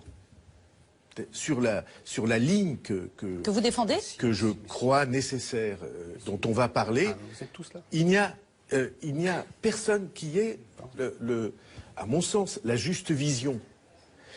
Et donc, on est obligé de voter contre, pour l'un contre l'autre. En dépit. Pour l'un, en dépit des doutes qu'on a sur lui. Simplement pour éviter l'autre. Et ceci est catastrophique. Et ne cherchez pas plus loin une des raisons de la désaffection des gens. Pourquoi ils se détournent? Parce qu'ils sont toujours obligés de voter contre. Qu'ils n'ont pas l'offre politique nécessaire. Ils ont failli l'avoir en 2007. Bon, 2007 ce que je vous propose, c'est que en 2007, il s'est passé quelque chose. Comme vos réponses sont longues, je vais laisser Zemmour intervenir à chaque point parce que sinon il va nous faire une attaque. Vas-y, vas-y. Non, mais moi je voulais. J'écoutais ce que vous disiez sur effectivement, vous n'êtes pas le seul à vous être présenté 3 fois. Il y a eu Chirac, il y a eu Mitterrand, Sarkozy ça fait 3 fois. Tout ça, vous avez tout à fait raison. Sauf que vous nous expliquez souvent, vous, et d'ailleurs vous n'êtes pas le seul, que nous devons imiter les Allemands, les Anglais. D'autres pays pour leur capacité de réforme, etc. Ça, vous le répétez souvent en français et ça ne vous aura pas échappé que dans ces pays-là, quand un leader politique perd une élection, il se retire et on n'entend plus parler de lui. Donc pourquoi la classe politique française, au lieu de donner des leçons aux Français, n'imite-t-elle pas les classes politiques européennes, puisqu'elle est toujours admirative de ce qui se fait à l'étranger? Pourquoi ce sont les mêmes journalistes depuis 30 ans? Ah mais moi je veux pas imiter les autres pays, moi. Y compris vous. Et moi je veux pas imiter les autres pays. Moi non plus, je n'ai pas... Si, vous expliquez aux Français qu'il faut réformer comme les autres pays. Excusez-moi, vous vous trompez et on va en parler. Mais n'essayez pas de mélanger les questions. Ah si, c'est la même question. Vous êtes, vous, Éric Zemmour en particulier, on se connaît depuis... 25 ans. 25 ans, à la fin des années 80. Peut-être un peu plus. Ah ouais, donc, presque 30 ans. Voilà, presque 30 ans. Vous êtes là depuis 30 ans. Est-ce que vous étiez aussi percutant il y a 30 ans? Non. C'est à vous de me le dire. Est-ce que vous avez approfondi? Je ne crois pas que votre ligne soit juste, mais je reconnais l'impact. Est-ce que vous avez approfondi depuis 30 ans? Oui. Bien sûr. Est-ce que moi, je pensais aussi clairement il y a 30 ans? Non. Moi, je vous dis pas le contraire. Eh bien, voilà. Vous répondez pas à ma question. Si vous ne me dites pas le contraire, c'est une très bonne réponse. Si vous ne me dites pas le contraire, alors dites je suis d'accord avec vous. Non, Monsieur Bayrou, c'est une très bonne réponse, sauf qu'elle ne répond pas à la question. Si elle vous faites comme Georges Marchais, vous avez votre réponse et j'ai mes questions. Non, elle répond complètement à la question. Dans les autres pays, vous vous seriez retiré depuis longtemps. C'est tout ce que je disais. Mais dans les autres pays, il y a un autre système. Comme vous savez, il y a la représentation proportionnelle dans tous les pays qui fait que voilà. J'aimerais vous entendre dire ça pour le reste de la politique. Dans les autres pays, il y a un autre système. Eh bien voilà, dans les autres pays, il y a un autre système. Et d'ailleurs, on va entrer tout à l'heure dans le débat. Et vous me permettrez de vous rappeler ce que je suis en train de dire ici. La question française, elle n'est pas la question des autres pays. On est bien d'accord. Et donc on va... c'est un Européen qui dit ça. Mais oui, parce que qu'est-ce que c'est Europe? C'est de refuser la solitude d'un pays. Mais on n'est jamais... c'est pas vrai. On ne peut pas résoudre les questions. La France seule, c'est une utopie, vous le savez très bien. Eh bien, alors, expliquez ça à vos lecteurs. Mais pas du tout. Vous dites, ou vous laissez entendre, pas du tout. Ou vous insinuez exactement le contraire. Votre Europe fédérale est devenue la machine des oligarques qui dirigent l'Europe. Et vous le savez très bien. Employer le mot Europe fédérale. On reprend avec Éric Nolot, s'il vous plaît. Donnez-moi acte des mots que j'utilise. Et donc, nous allons approfondir cette question. Deuxième point, M. Bayrou. À mon avis, on ne peut pas se faire élire président au suffrage universel sur un langage de vérité dont vous vous êtes fait une spécialité. Donc, ma deuxième objection, c'est que vous ne serez jamais élu au suffrage universel. Parce que vous vous rapprochez également de Fillon, qui nous a vanté ici sa rupture libérale. Moi, je prétends que les Français n'attendent pas une rupture libérale. Alors, on ne peut pas, si vous voulez, sur des promesses raisonnables, on ne peut pas se faire élire. Dernier livre traite exactement de ce sujet. Il s'appelle De la vérité en politique. Absolument. Et ce que soutient le livre, c'est que tous ceux qui racontent qu'on ne peut pas se faire élire en disant la vérité devraient avoir à l'esprit ceci qui est maintenant vérifié par tout le monde, c'est qu'on ne peut pas gouverner si on n'a pas dit la vérité. Et pourtant, mais ça ne change rien. C'est plus facile de se faire élire, pour se faire élire, de raconter des histoires. Mais simplement, vous ne pouvez pas gouverner. Pour gouverner, il faut se faire élire. Je raconte dans l'introduction de ce livre une scène pour moi fascinante. On est en 1936 et au Parlement britannique, Churchill, à l'époque le plus impopulaire de tous les hommes politiques britanniques parce que il est passé il a changé de bord. Ouais. Il est donc devenu impopulaire dans tous les bords, ce qui peut arriver. Et donc, Churchill se lève et il interpelle le Premier ministre de l'époque en lui disant « Pourquoi, alors que vous connaissiez la vérité de ce que l'Allemagne est-elle en train de faire, avez-vous fait campagne électorale sur le désarmement du pays? Et le Premier ministre va pour lui répondre et il dit « Monsieur Churchill, je vais vous répondre », c'est les mots qu'il utilise, avec une effroyable sincérité. J'étais chef d'un grand parti, l'opinion publique était profondément pacifiste, je ne pouvais pas aller aux élections en disant la vérité contre le sentiment du peuple. Et cet homme a pris la responsabilité de faire disparaître son pays pour gagner une élection. Eh bien, pour moi, c'est quelque chose qui est impossible, insupportable. Et en effet, je prétends que l'approche dont on a besoin, c'est des gens qui, 1, voient la vérité, 2, disent la vérité, 3, inventent. Et c'est pas si facile. Des chemins différents pour entraîner leur pays hors du gouffre où ils se trouvent. Il y aurait beaucoup à dire sur cette séquence historique, mais on n'est pas là pour faire un débat sur l'histoire. En 36. Pourquoi il y aurait beaucoup à dire? Il y aurait beaucoup à dire parce que l'Angleterre en 36, en fait, est de mèche avec l'Allemagne. Et l'Angleterre veut laisser l'Allemagne abattre la puissance française définitivement et prendre l'Europe de l'Est. Donc c'est pas le pacifisme de l'opinion et c'est des mensonges. C'est pas le je vous sortirai. C'est quelque chose qui est Monsieur terrible. Il y a aujourd'hui des archives qui sortent. Quand vous dites il y a aujourd'hui des archives. La réponse de François Bayrou. Quand vous dites l'Angleterre, c'est exactement comme si vous disiez la France entre 40 et 44 voulait que. Il y avait peut-être des responsables. Ils n'étaient pas occupés, Monsieur Bayrou, les Anglais. Heureusement que c'est pas le débat. Oui, mais c'est lui qui a voulu que je parle. Moi, il y avait peut-être des responsables politiques, il y en avait, qui rêvaient de ça. Mais vous ne pouvez pas dire l'Angleterre. Je vous offrirai un livre. Un peuple. Eh ben, vous vous offrirez un livre. On en reparlera. On en reparlera. Non, mais c'est très c'est impossible. Mais vous avez tort. Mais c'est pas grave. Poursuivons le débat, M. Bayrou. C'est pas du complotisme pas du tout, M. Bayrou. Très bien, vous en parlerez une prochaine fois. Deuxièmement, il y a quelque chose que je comprends pas. Normalement, moi, quand je fais des livres, j'essaye d'écrire mes livres le mieux possible. Vous aussi. Donc j'imagine que quand on fait de la politique, on essaye d'en faire le mieux possible. Il ne s'agit pas de vérité, de mensonge, il s'agit d'être bon. Quand le général de Gaulle revient au pouvoir en 58, il ment à tout le monde. Et ça donne le général de Gaulle. Il y a parfois des mensonges utiles. Il faut arrêter avec cette fausse naïveté en plus.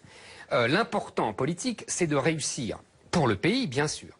Vous, alors je ne me permets pas de donner leçon, hein, simplement je fais des constats. Vous êtes une incarnation de ce que Mauriac appelait la maladresse des habiles. En 2007, vous ne tendez pas la main à Ségolène Royal alors qu'elle a besoin de vous. Vous lui claquez la porte au nez alors que vous aviez les moyens de détruire, de diviser la gauche et de prendre vraiment le pouvoir pour le bien du pays.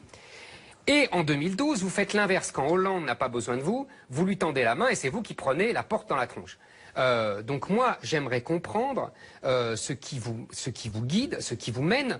Là, vous me dites que vous soutenez Juppé et vous me rappelez exactement la phrase de Charles Pasqua qu'on a très bien connu, vous et moi, qui est « avec des amis comme ça, j'ai pas besoin d'ennemis ».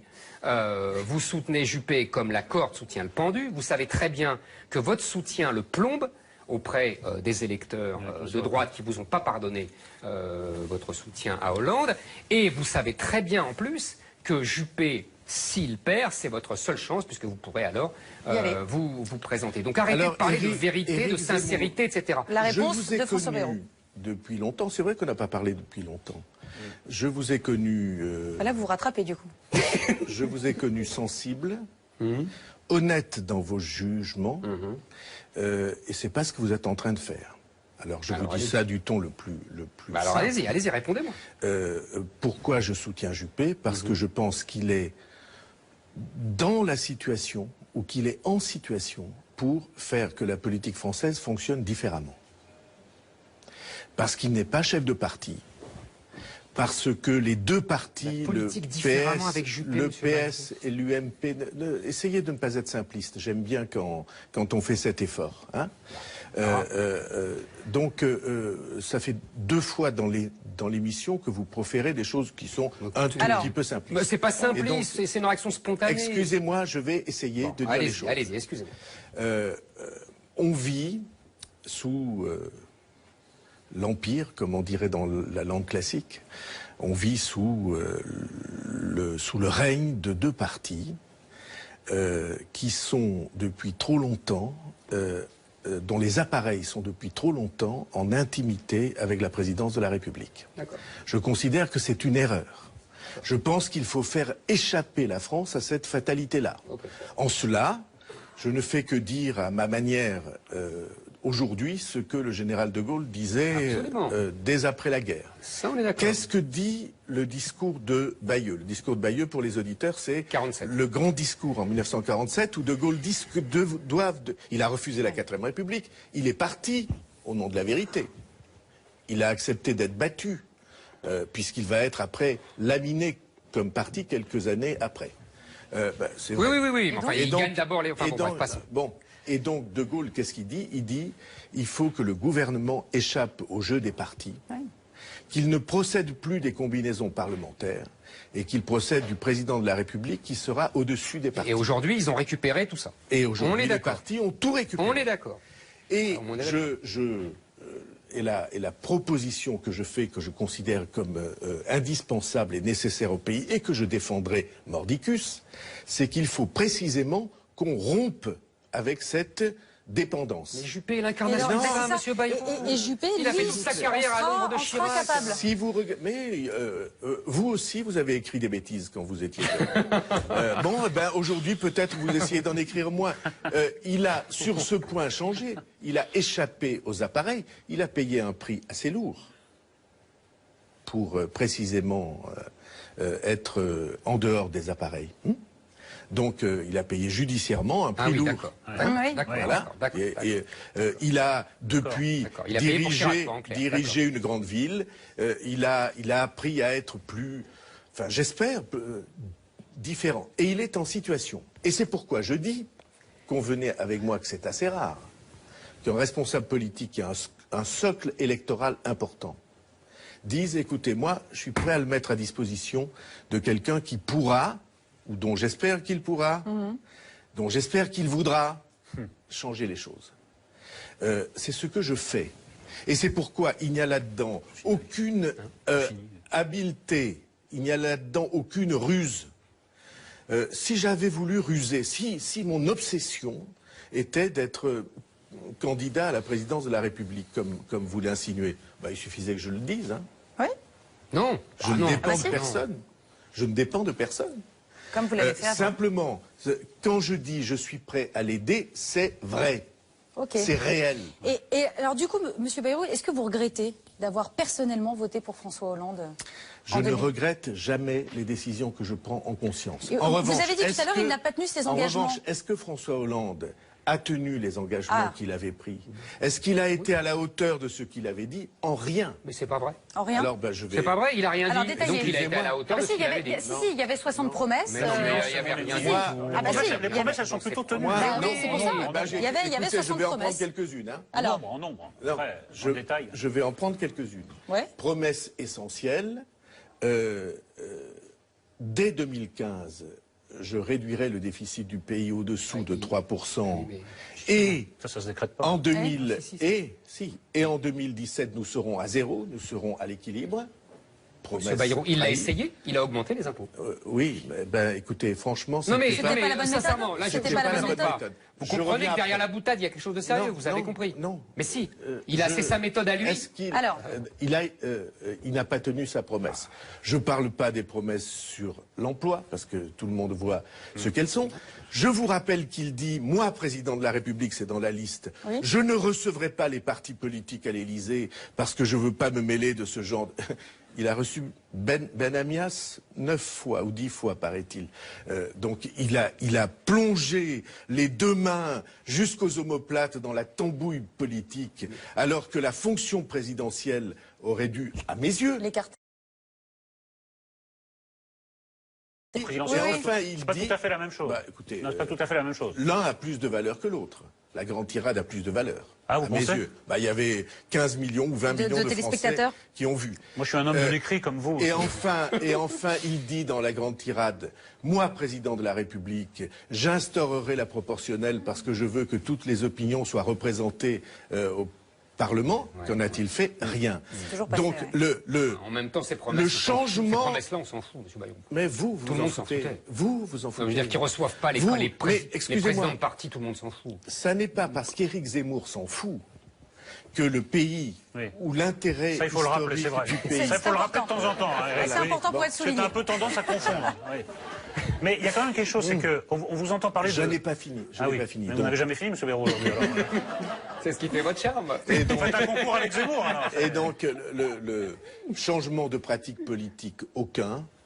Et pour résumer ce que je pense, au fond, François Hollande a cru que la fonction de président de la République était une fonction politique du même ordre que premier secrétaire du PS. Et la vérité, c'est que c'est une fonction historique.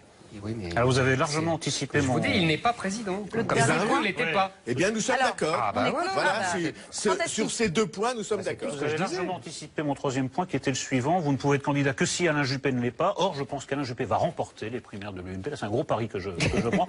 Donc, votre place est prise. Alors, est-elle bien prise? Moi, je vous écoute depuis 10 minutes. Je ne vois pas ce que c'est que le juppéisme. Vous me dites... Il a payé le prix fort pour s'éloigner des partis. C'était un éloignement judiciaire, c'était pas un éloignement politique. En quoi consiste le juppéisme revu à la sauce Bayrou? Pourquoi moi je voterais pour Juppé à la prochaine élection? Je ne le sais pas, vous ne le dites pas. Vous venez de dire qu'il allait remporter la primaire. Oui, vous avez des raisons de penser que... Oui, je pense qu'il incarne la dernière chance qu'on a d'une France un peu apaisée, les gens vont... Non, mais voilà. C'est pas la peine d'aller plus loin. Mais si. Que vous êtes dans le pacifisme que M. Bayrou dénonçait pour les années 30.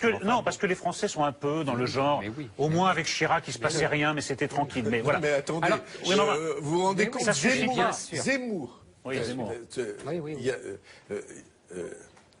Éric. Oui, ramenez-le à la raison. Voilà. Il y a des moments où il faut mesurer ce qu'on pense et encore davantage ce qu'on dit. La phrase que vous venez de dire, elle signifie que mon soutien à Juppé est du même ordre que ceux qui voulaient désarmer l'Angleterre en face de Hitler. Je pense qu'il y a des moments historiques absolument graves où le pacifisme devient je ne suis pas pacifiste, on va avoir 1000 occasions de se rendre compte dans le Je dis que Juppé avec ses thèses sur l'identité heureuse et sa volonté d'accommodement raisonnable avec l'islam, est digne des pacifistes. Ah oui, c'est ça, c'était pas tout. Je voudrais parler autre chose. Mais je voudrais parler d'autre chose. Quand vous parlez de Juppé, vous avez contesté vivement et talentueusement la réforme des collèges. Vous aurez remarqué que dans son dernier livre sur l'éducation, Juppé copie presque mot à mot cette réforme. Qu'est-ce que vous faites là-dedans? Jamais personne m'avait coincé directement sur ce sujet, vous venez de le faire, parce que vous avez raison. Je suis sur ce point en désaccord avec lui. Je considère que la réforme du collège est une catastrophe. Merci, moi aussi, on est d'accord. Donc vous ne serez pas ministre de l'Éducation d'Alain Juppé? Attendez, j'ai pas fini la réponse.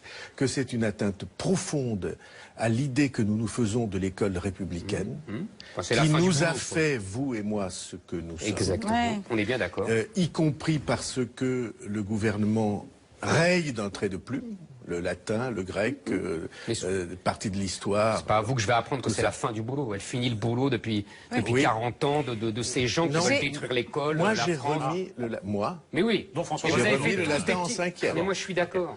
Comme Chevènement a essayé aussi de faire des choses. Chevènement aussi. Eh bien, écoutez, Chevènement et moi, on a essayé. Je suis d'accord. Voilà. Mais sauf que sur la longue durée, vous avez été sur la longue durée, peut-être nous n'avons pas pour l'instant gagné la guerre, mais nous avons l'intention de livrer la bataille. Très bien. J'ai une dernière question. Attendez, je n'ai pas fini. Il n'y a pas de réponse là. Si, je vais apporter à répondre. Non, je pense que sur ce point, en effet, votre diagnostic est exact, mais ce que Juppé a dit, c'est je publie un ouvrage pour ouvrir le débat et j'écouterai ce qu'on me dira. Et sur ce point, j'ai bien l'intention, en effet, d'avoir avec lui les explications nécessaires, parce que je considère, je vais aller encore plus loin que Éric Zemmour, je considère que l'un des enjeux majeurs de la prochaine élection présidentielle, c'est la question de l'école. C'est l'éducation. Mais dans vos réponses, je n'entends pas réponse à ma question. Alain Juppé est-il autre chose que le recours pour tous les gens de droite qui ne veulent plus de Sarkozy? Moi, je le vois comme ça. Je ne vois pas ce que c'est que le juppéisme. Je ne vois pas sur quelle grande idée on adhérerait à Alain Juppé. Pas si mal. C'est par défaut. Parce que si vous cherchez, par défaut. Si vous cherchez la grande idée de Nicolas Sarkozy ou de tel autre ou de tel autre, vous aurez du mal à les trouver. J'espère que vous en trouverez chez moi. Et d'ailleurs, M. Bayrou, vos relations avec Nicolas Sarkozy ne s'arrangent pas du tout et ne s'arrangeront pas. Mais ça supposerait que les sentiments que j'ai à l'égard de Nicolas Sarkozy ou qu'il a à mon endroit sont des sentiments personnels. Mais je vous assure que c'est pas vrai. J'ai peine à vous croire. Eh ben oui, mais peut-être quand je parle, vous voyez. Est-ce que vous pensez comme François Fillon, par exemple, comme François Fillon, par exemple, qui a quelques griefs? Non, mais moi, j'ai pas de grief.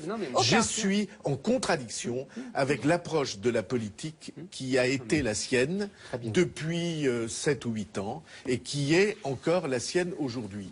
Je suis en confrontation. D'accord. Je suis en affrontement avec cette position.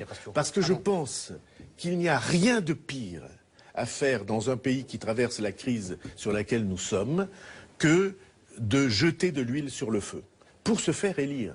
Parce que la stratégie de Nicolas Sarkozy, elle repose sur l'idée que plus on déchaîne les passions, plus on monte dans les intentions de vote. Et je ne partage pas ce sentiment. Enfin, je pense que c'est... Non, je pense que c'est vrai. Excusez-moi. Je pense que c'est vrai.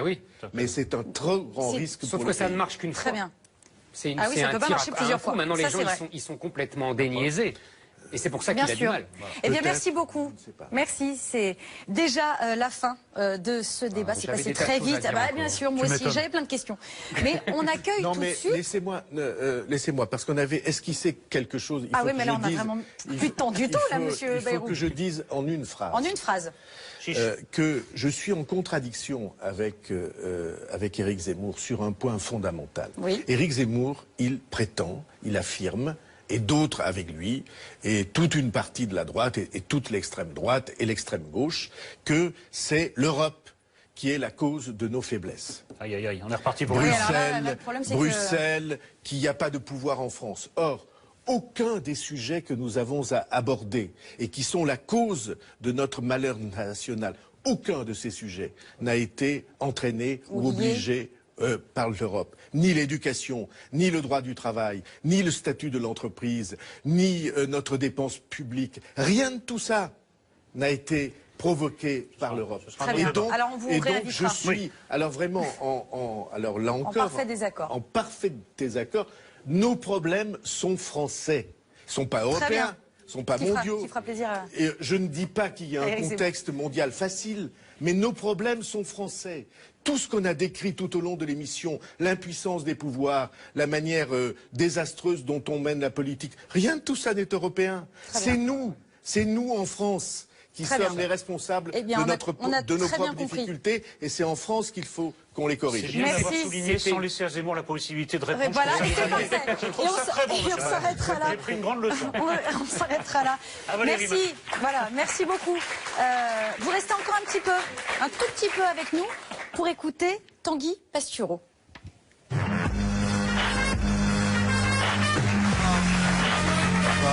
Bonsoir Tanguy. Ça va ? Et vous ? Très bien. Bon, cette semaine, j'ai vécu une semaine traumatisante, parce que, alors que je lisais Gala, afin de fantasmer sur des photos d'Ingrid Chauvin en nuisette avec les tétons qui pointent, comme énorme douche froide, je tombe sur ça. La trogne de Nolo. L'équivalent pour moi d'une pièce montée au Bromure, qui pose devant sa bibliothèque bourrée de livres. Un fleur pèlerin a acheté le même meuble, mais elle n'a pas su quoi mettre dedans. Donc là, je me dis ras-le-bol. Ce type me rappelle le boulot. Alors je feuillette la revue Charles, un journal politique. Et paf, loi des séries, photo de Zemmour à la sortie de la cabine à UV. La tête grillée comme un toast. Là, techniquement, c'est une personne de couleur. Moi, je suis le patron de François, je vois ça, je le mets sur le JT des Dom-Tom. Seule Valérie Brochard n'était nulle part dans la presse. Jamais. Même Nulle pas part. un entrefilet dans TéléZ. Non. Vous êtes mon sas de décompression. Vous avez vu, je sais parler aux femmes. Oui, c'est bien. Cette semaine, François Hollande a été interviewé par le chasseur français. Il a accueilli à l'Élysée dans son F-37 une bande de chasseurs ivres qui, une fois à Paris, ont buté 200 pigeons et un hipster barbu qu'ils avaient pris pour un sanglier. Alors on voit ici Hollande en une, juste à côté de la bécasse des bois. Alors pour le distinguer, Hollande, c'est celui qui ne sautille pas tout nu dans la nature. Lui aussi va se faire plumer, évidemment, mais seulement en 2017. Cette semaine, Christian Estrosi a reçu le soutien de la mère Chirac, une blanche habillée tout en bleu, soit pile l'inverse d'un schtroumpf. Alors on voit ici Bernadette au top de l'intimité avec Estrosi, c'est-à-dire qu'elle recule tandis que l'autre tente de la toucher. C'est Jean-Claude Duss qui essaie de conclure avec l'épouse de Mr. Freeze. Cette dame est tellement glaciale qu'elle peut donner naissance à des bébés congelés par les voies naturelles. Cette semaine, Marie-Lise Lebranchu, la politique préférée des bûcherons poilus, avec Michel Sapin et Georges Tron, a révélé ne pas gérer son compte Twitter toute seule, car, dit-elle, j'ai peur de moi-même. Oui, dans ce corps de mamie gâteau à lunettes se cache un monstre, incapable d'écrire les pires horreurs. Elle est habitée par Belzébuth. Le soir, elle enfile une camisole de force et c'est son mari qui tweet, en tremblant, planqué derrière un crucifix. Cette semaine, Christian Estrosi a couru sur une jambe, puisque la moitié de son corps a été cryogénisé quand il a touché Bernadette. Alors on le voit ici en coloris poussin. C'est le seul à porter un gilet jaune sans avoir fait avant un tête à queue dans le talus. À la fin de la course, donc en sueur, en transpiration. Donc par conséquent, c'est le pire moment pour lever le bras. Mais Estrosi, c'est comme le branchu. À l'intérieur, c'est un punk. Il l'a fait. Et son voisin de gauche est décédé. Cette semaine, Yves Gégaud aussi a fait une course. C'est ça la politique en 2015. Monsieur Bayrou, sous votre pantalon, vous devez être en short et vous allez quitter le plateau sans doute en footing, en petite foulée, j'imagine. On voit donc Gégaud, regardez, en collant moule melon avec un tricot qui lui fait les seins de Nabila. C'est donc à la fois une icône gay et une icône hétéro. Lui seul arrive à exciter la France entière. Gégaud est universel. Cette semaine, le président Hollande s'est rendu, vous le savez, en Grèce afin de rencontrer Alexis Tsipras, le révolutionnaire que Merkel a calmé en 3 regards. La France et la Grèce sont tellement fauchées, c'est terrible qu'on le voit. Hollande est carrément venu avec le bonhomme CTLM qu'il a allongé incognito sur la table en espérant avoir un crédit. Cette semaine, Christine Boutin, jugée pour des propos sur l'homosexualité, affirme « Je ne suis pas homophobe, j'ai des amis homos ». Donc Nadine Morano a une amie noire, elle l'avait dit. Boutin, des amis gays. Bientôt les Balkany vont dire qu'ils ont des amis honnêtes. Dieudonné, qu'il est invité à faire Shabbat avec ses amis juifs. Un jour, Fleur Pellerin dira « Non, je ne suis pas idiote. D'ailleurs, je suis ami avec Éric Nolot. » Cette semaine... Il a tellement de livres dans sa bibliothèque. Cette semaine, Laurent Wauquiez se livre dans Closer, un journal de qualité, et déclare « Avant, j'étais obsédé par le fait de monter vite. » Puis, il a eu 40 ans. Il révèle aussi pourquoi il porte la même parka que Georges Pernou de Thalassa quand il caresse des raies dans un bac à poissons. C'est, dit-il, un porte-bonheur. La première fois où il a appris qu'il était élu, eh bien, il portait cette parka. Heureusement qu'il n'était pas dans son bain, puisqu'aujourd'hui, il se baladerait dans le même accoutrement que la bécasse des bois. Enfin, cette semaine, ayons une petite pensée pour Ramayad, qui n'a pas pensé à régler son réveil suite au changement d'heure, car totalement à la bourre, elle est venue à Politique Matin sur LCP, roulée dans son rideau de douche. Voilà. Ou alors, elle a un jour gagné une élection avec, et c'est son porte-bonheur, je ne sais pas. Enfin bref, quelle belle semaine ça a été. Merci beaucoup. Merci beaucoup. Tanguy, c'était très bien. Non, vraiment, c'était très bien. Et on continue tout de suite avec notre focus. Pour moi, Europe Écologie Les Verts, c'est fini. Voilà ce que déclare ce matin François de Rugy, pourtant co-président du groupe Europe Écologie Les Verts à l'Assemblée. Je trouvais ça plus logique, plus cohérent, plus clair, plus honnête aussi d'arrêter. Quel énorme gâchis, un gâchis incroyable. Europe Écologie, les Verts sont devenus une caricature des partis politiques. On voulait faire de la politique autrement, eh bien on caricature ce que font tous les autres. Merci François Bayrou. Alors il a claqué la porte d'Europe Écologie Les Verts, mais il a ouvert celle de Zemmour et Nolot. C'est François de Rugy.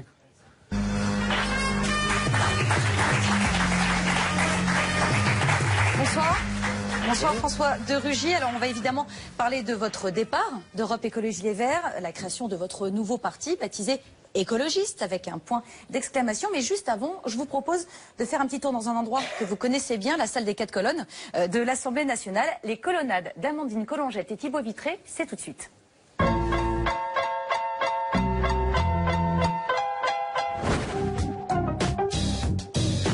Contradictoire. Très bien. Incompatible, c'est compliqué. Les Bretons sont ravis. C'est scandaleux. C'est inacceptable. C'est trop curieux. C'est la bonne solution pour garder la Bretagne. Paradoxal. Une longue histoire. Une longue histoire. Une longue histoire. Une histoire d'amour qui ne va pas jusqu'au bout. Pas grand-chose. La trahison, l'oubli. Une incompréhension. 30 ans d'échec de la gauche et de la droite. J'aurais pas peur en ULM. J'entrerai au gouvernement. Je démissionnerai. Me laverai les cheveux avec son shampoing préféré. Alors, je serai vraiment dans l'écologie. J'insisterai énormément pour qu'on réussisse la COP21. Eux-mêmes, le cannabis. Leur irresponsabilité. C'est d'abord du flot le problème avec les Verts. Il y a de nombreux Verts et de nombreuses maisons chez les Verts. Leur volatilité. Malheureusement, ils se regardent plus eux que l'extérieur. Mais ça n'est plus mon problème. Alors François de Rugy, le problème avec les Verts, c'est... L'irresponsabilité, c'était un bon résumé. Après, moi, je vais vous dire... Monsieur de Rugy, je veux pas cafeter, mais... Ça me paraît quand il a dit c'est du flot, le principal problème, vous avez approuvé quand même. Mais je l'ai déjà dit. Non, mais avec un balancement mais je l'assume totalement. Je l'ai dit plusieurs fois. Moi, je veux pas personnaliser parce que ça sert à rien. La vie d'un parti politique, ça se résume pas à quelques personnes connues. Mais évidemment, elle a une lourde responsabilité avec le départ du gouvernement qui a été une rupture brutale avec toute la stratégie que nous avions depuis des années et des années, qui était d'inscrire les écologistes et donc l'écologie au cœur des responsabilités institutionnelles. Ça veut dire quoi? Ça veut dire qu'il y a deux manières de penser l'écologie? Il y a plusieurs manières, oui, mais ça, il y a toujours eu plusieurs manières. Mais c'est sûr que mais nous... deux en particulier? Oui, nous avons considéré en quittant EELV qu'on ne pouvait plus rester, y compris par honnêteté, parce qu'on nous prête toujours des intentions de ceci, de cela. Moi, je ne suis plus en accord depuis plusieurs mois avec la majeure partie des prises de position de EELV. Au bout d'un moment, j'en tire les conséquences. J'en parle dans le livre que j'ai écrit. Je ne me voyais pas continuer à participer à un parti dont j'aurais passé le plus clair de mon temps à dénoncer un certain nombre de positions. Enfin, moi, je vous remercie et je vous félicite parce que vous avez achevé ce parti qui n'aurait jamais dû exister et là, qui a pourri la vie politique depuis 30 ans. Donc vous êtes content de la création d'écologistes? Moi je suis très content. Si vous aviez encore un autre parti, si vous en créez 3 ou 4, ce sera très bien.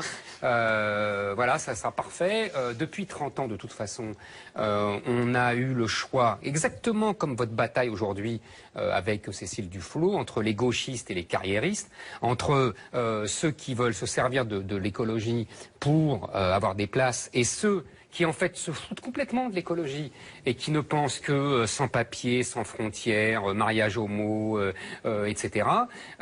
Entre ces deux-là, eh ben, vous avez fini par vous séparer et tant mieux, en fait, tant mieux. Parce que de toute façon, ni les uns ni les autres, vous ne représentez grand-chose dans la vie politique, la réalité électorale plutôt. Parce que dans la vie politique et médiatique, vous représentez beaucoup. Mais ça, je ne disconviens pas. Mais dans la réalité électorale du peuple, vous représentez rien. Tout au présidentiel, vous faites 2% tous les 5 ans. Alors d'abord, j'aurais voulu faire un petit point narcissique et juste vous demander si vous aviez regardé mon parcours. Parce que quand vous dites entre les gauchistes et les carriéristes, il n'y a rien, en gros, chez les écologistes. Moi, j'ai la faiblesse de penser et j'invite simplement les gens à regarder mon parcours. Moi, ça fait 24 ans que je suis engagé en politique pour l'écologie. Déjà, j'ai pas changé d'orientation, d'engagement politique. Ensuite, j'ai été pendant 10 ans un militant avant un jour d'être élu parce que les Nantais l'ont bien voulu. Hein, vous savez, il y a quand même des gens qui votent. Là, vous affirmez comme ça, il n'y a pas d'électeurs, etc.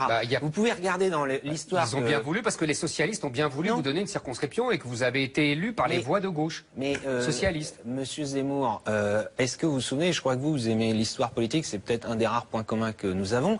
Eh bien, en 1992, il y a plus de 20 ans, 23 ans, vous savez combien les écologistes faisaient aux élections?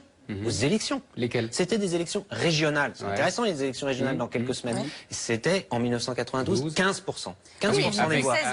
Il y a eu 16% avec la européenne de 2009. Avec la Londe et Bachelard, c'est ça, en 92? Oui, avec la Londe, tout à fait. Génération écologie, moi j'étais, parce que je n'étais pas chez les Verts à l'époque. Déjà parce qu'à l'époque, les Verts de Vechter refusaient les alliances, refusaient les responsabilités, refusaient ce que moi j'appelle l'écologie qui agit. Ils font toujours des scores aux élections qui comptent pour rien.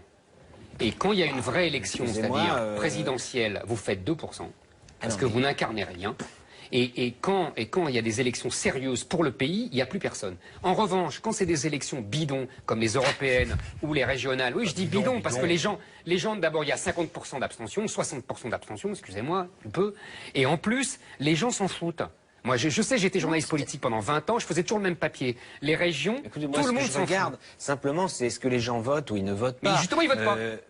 Justement, ils votent pas. Oui, mais à beaucoup d'élections. Sauf à la présidentielle. Voilà. Alors à ce moment-là, il n'y a que l'élection présidentielle qui compte. Eh ben ouais. Ah bah non, moi je considère que la démocratie française, fort heureusement, c'est peut-être une différence que j'ai d'ailleurs avec l'invité précédent, Monsieur Bayrou, ne se résume pas à l'élection présidentielle. Pour les Français, ils sont pas d'accord avec vous. Hein. Les Français se passionnent pour l'élection présidentielle, croient, moi j'en parle un petit peu dans mon livre, d'ailleurs à chaque fois, on espère, on veut encore croire que ça va tout changer. Et vous avez vu le dernier slogan, le changement c'est maintenant. Vous avez raison. Évidemment, tout le monde ne met pas la même chose dans le mot changement, tout le monde ne dit pas la même chose quand il dit c'est maintenant, et ainsi de suite. J'ai dit 10 fois ici que j'étais pour la suppression de l'élection du président. Je suis même pas pour la suppression, parce que je crois une chose simple, c'est qu'on ne retire pas un droit de vote aux Français. Mais on ne va pas non plus retirer le droit de vote aux élections européennes, aux élections régionales, aux élections départementales, aux élections municipales.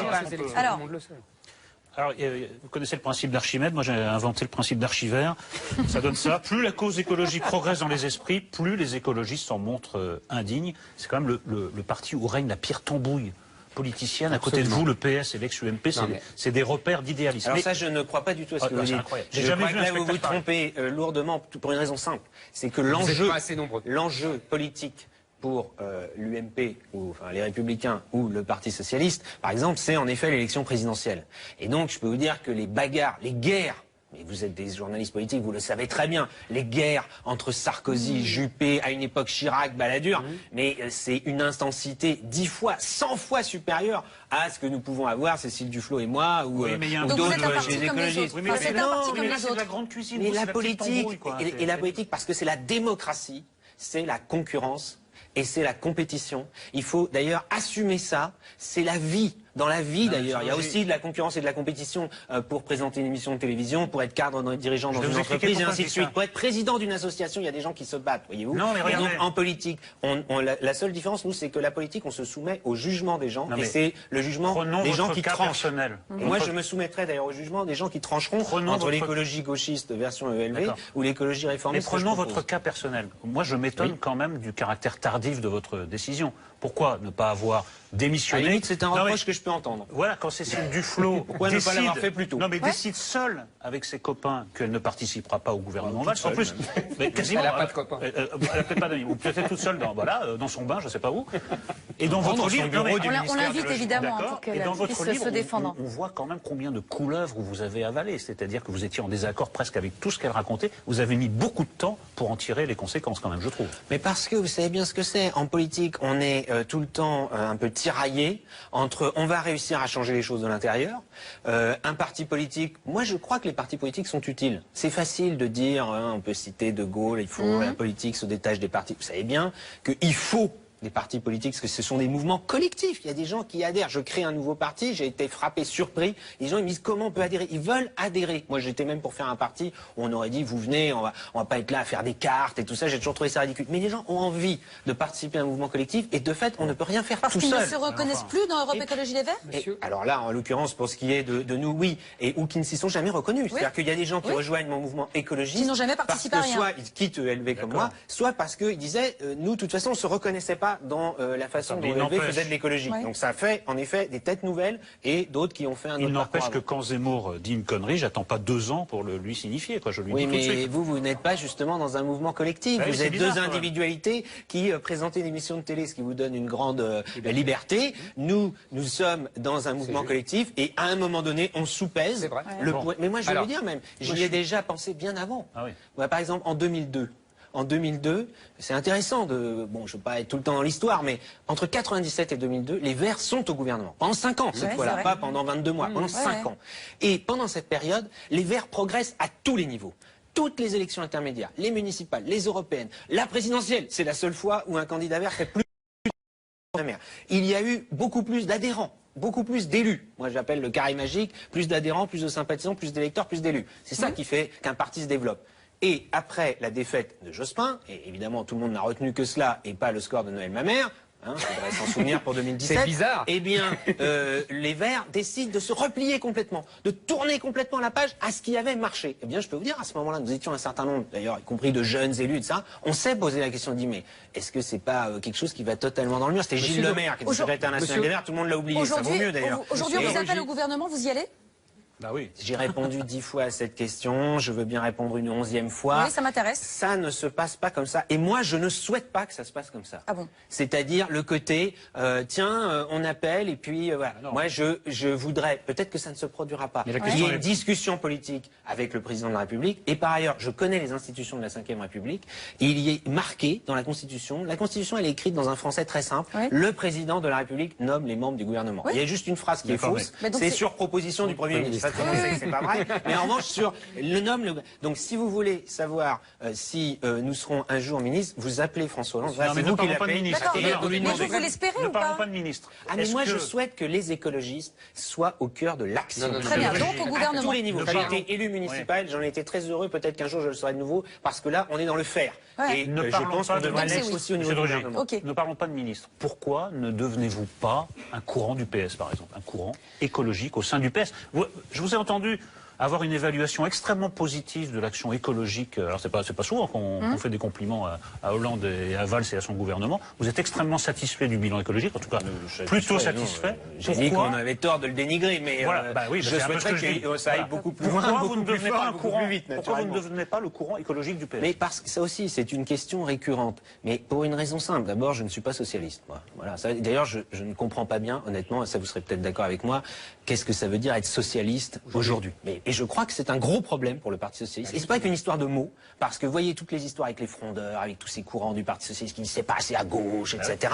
C'est parce que ils disent ah mais en fait François Hollande il n'est pas socialiste. Mais évidemment qu'il n'est pas socialiste. Il n'est jamais. Bon, après il y a une autre question simple. C'est est-ce que dans notre pays on a un système, alors on pourrait dire à l'américaine, le Parti démocrate, le Parti républicain, on peut dire il y a le Parti républicain, ou à l'italienne même. En Italie, il y a eu un Parti démocrate qui s'est créé avec des anciens communistes, des anciens démocrates chrétiens, des anciens socialistes et des écologistes.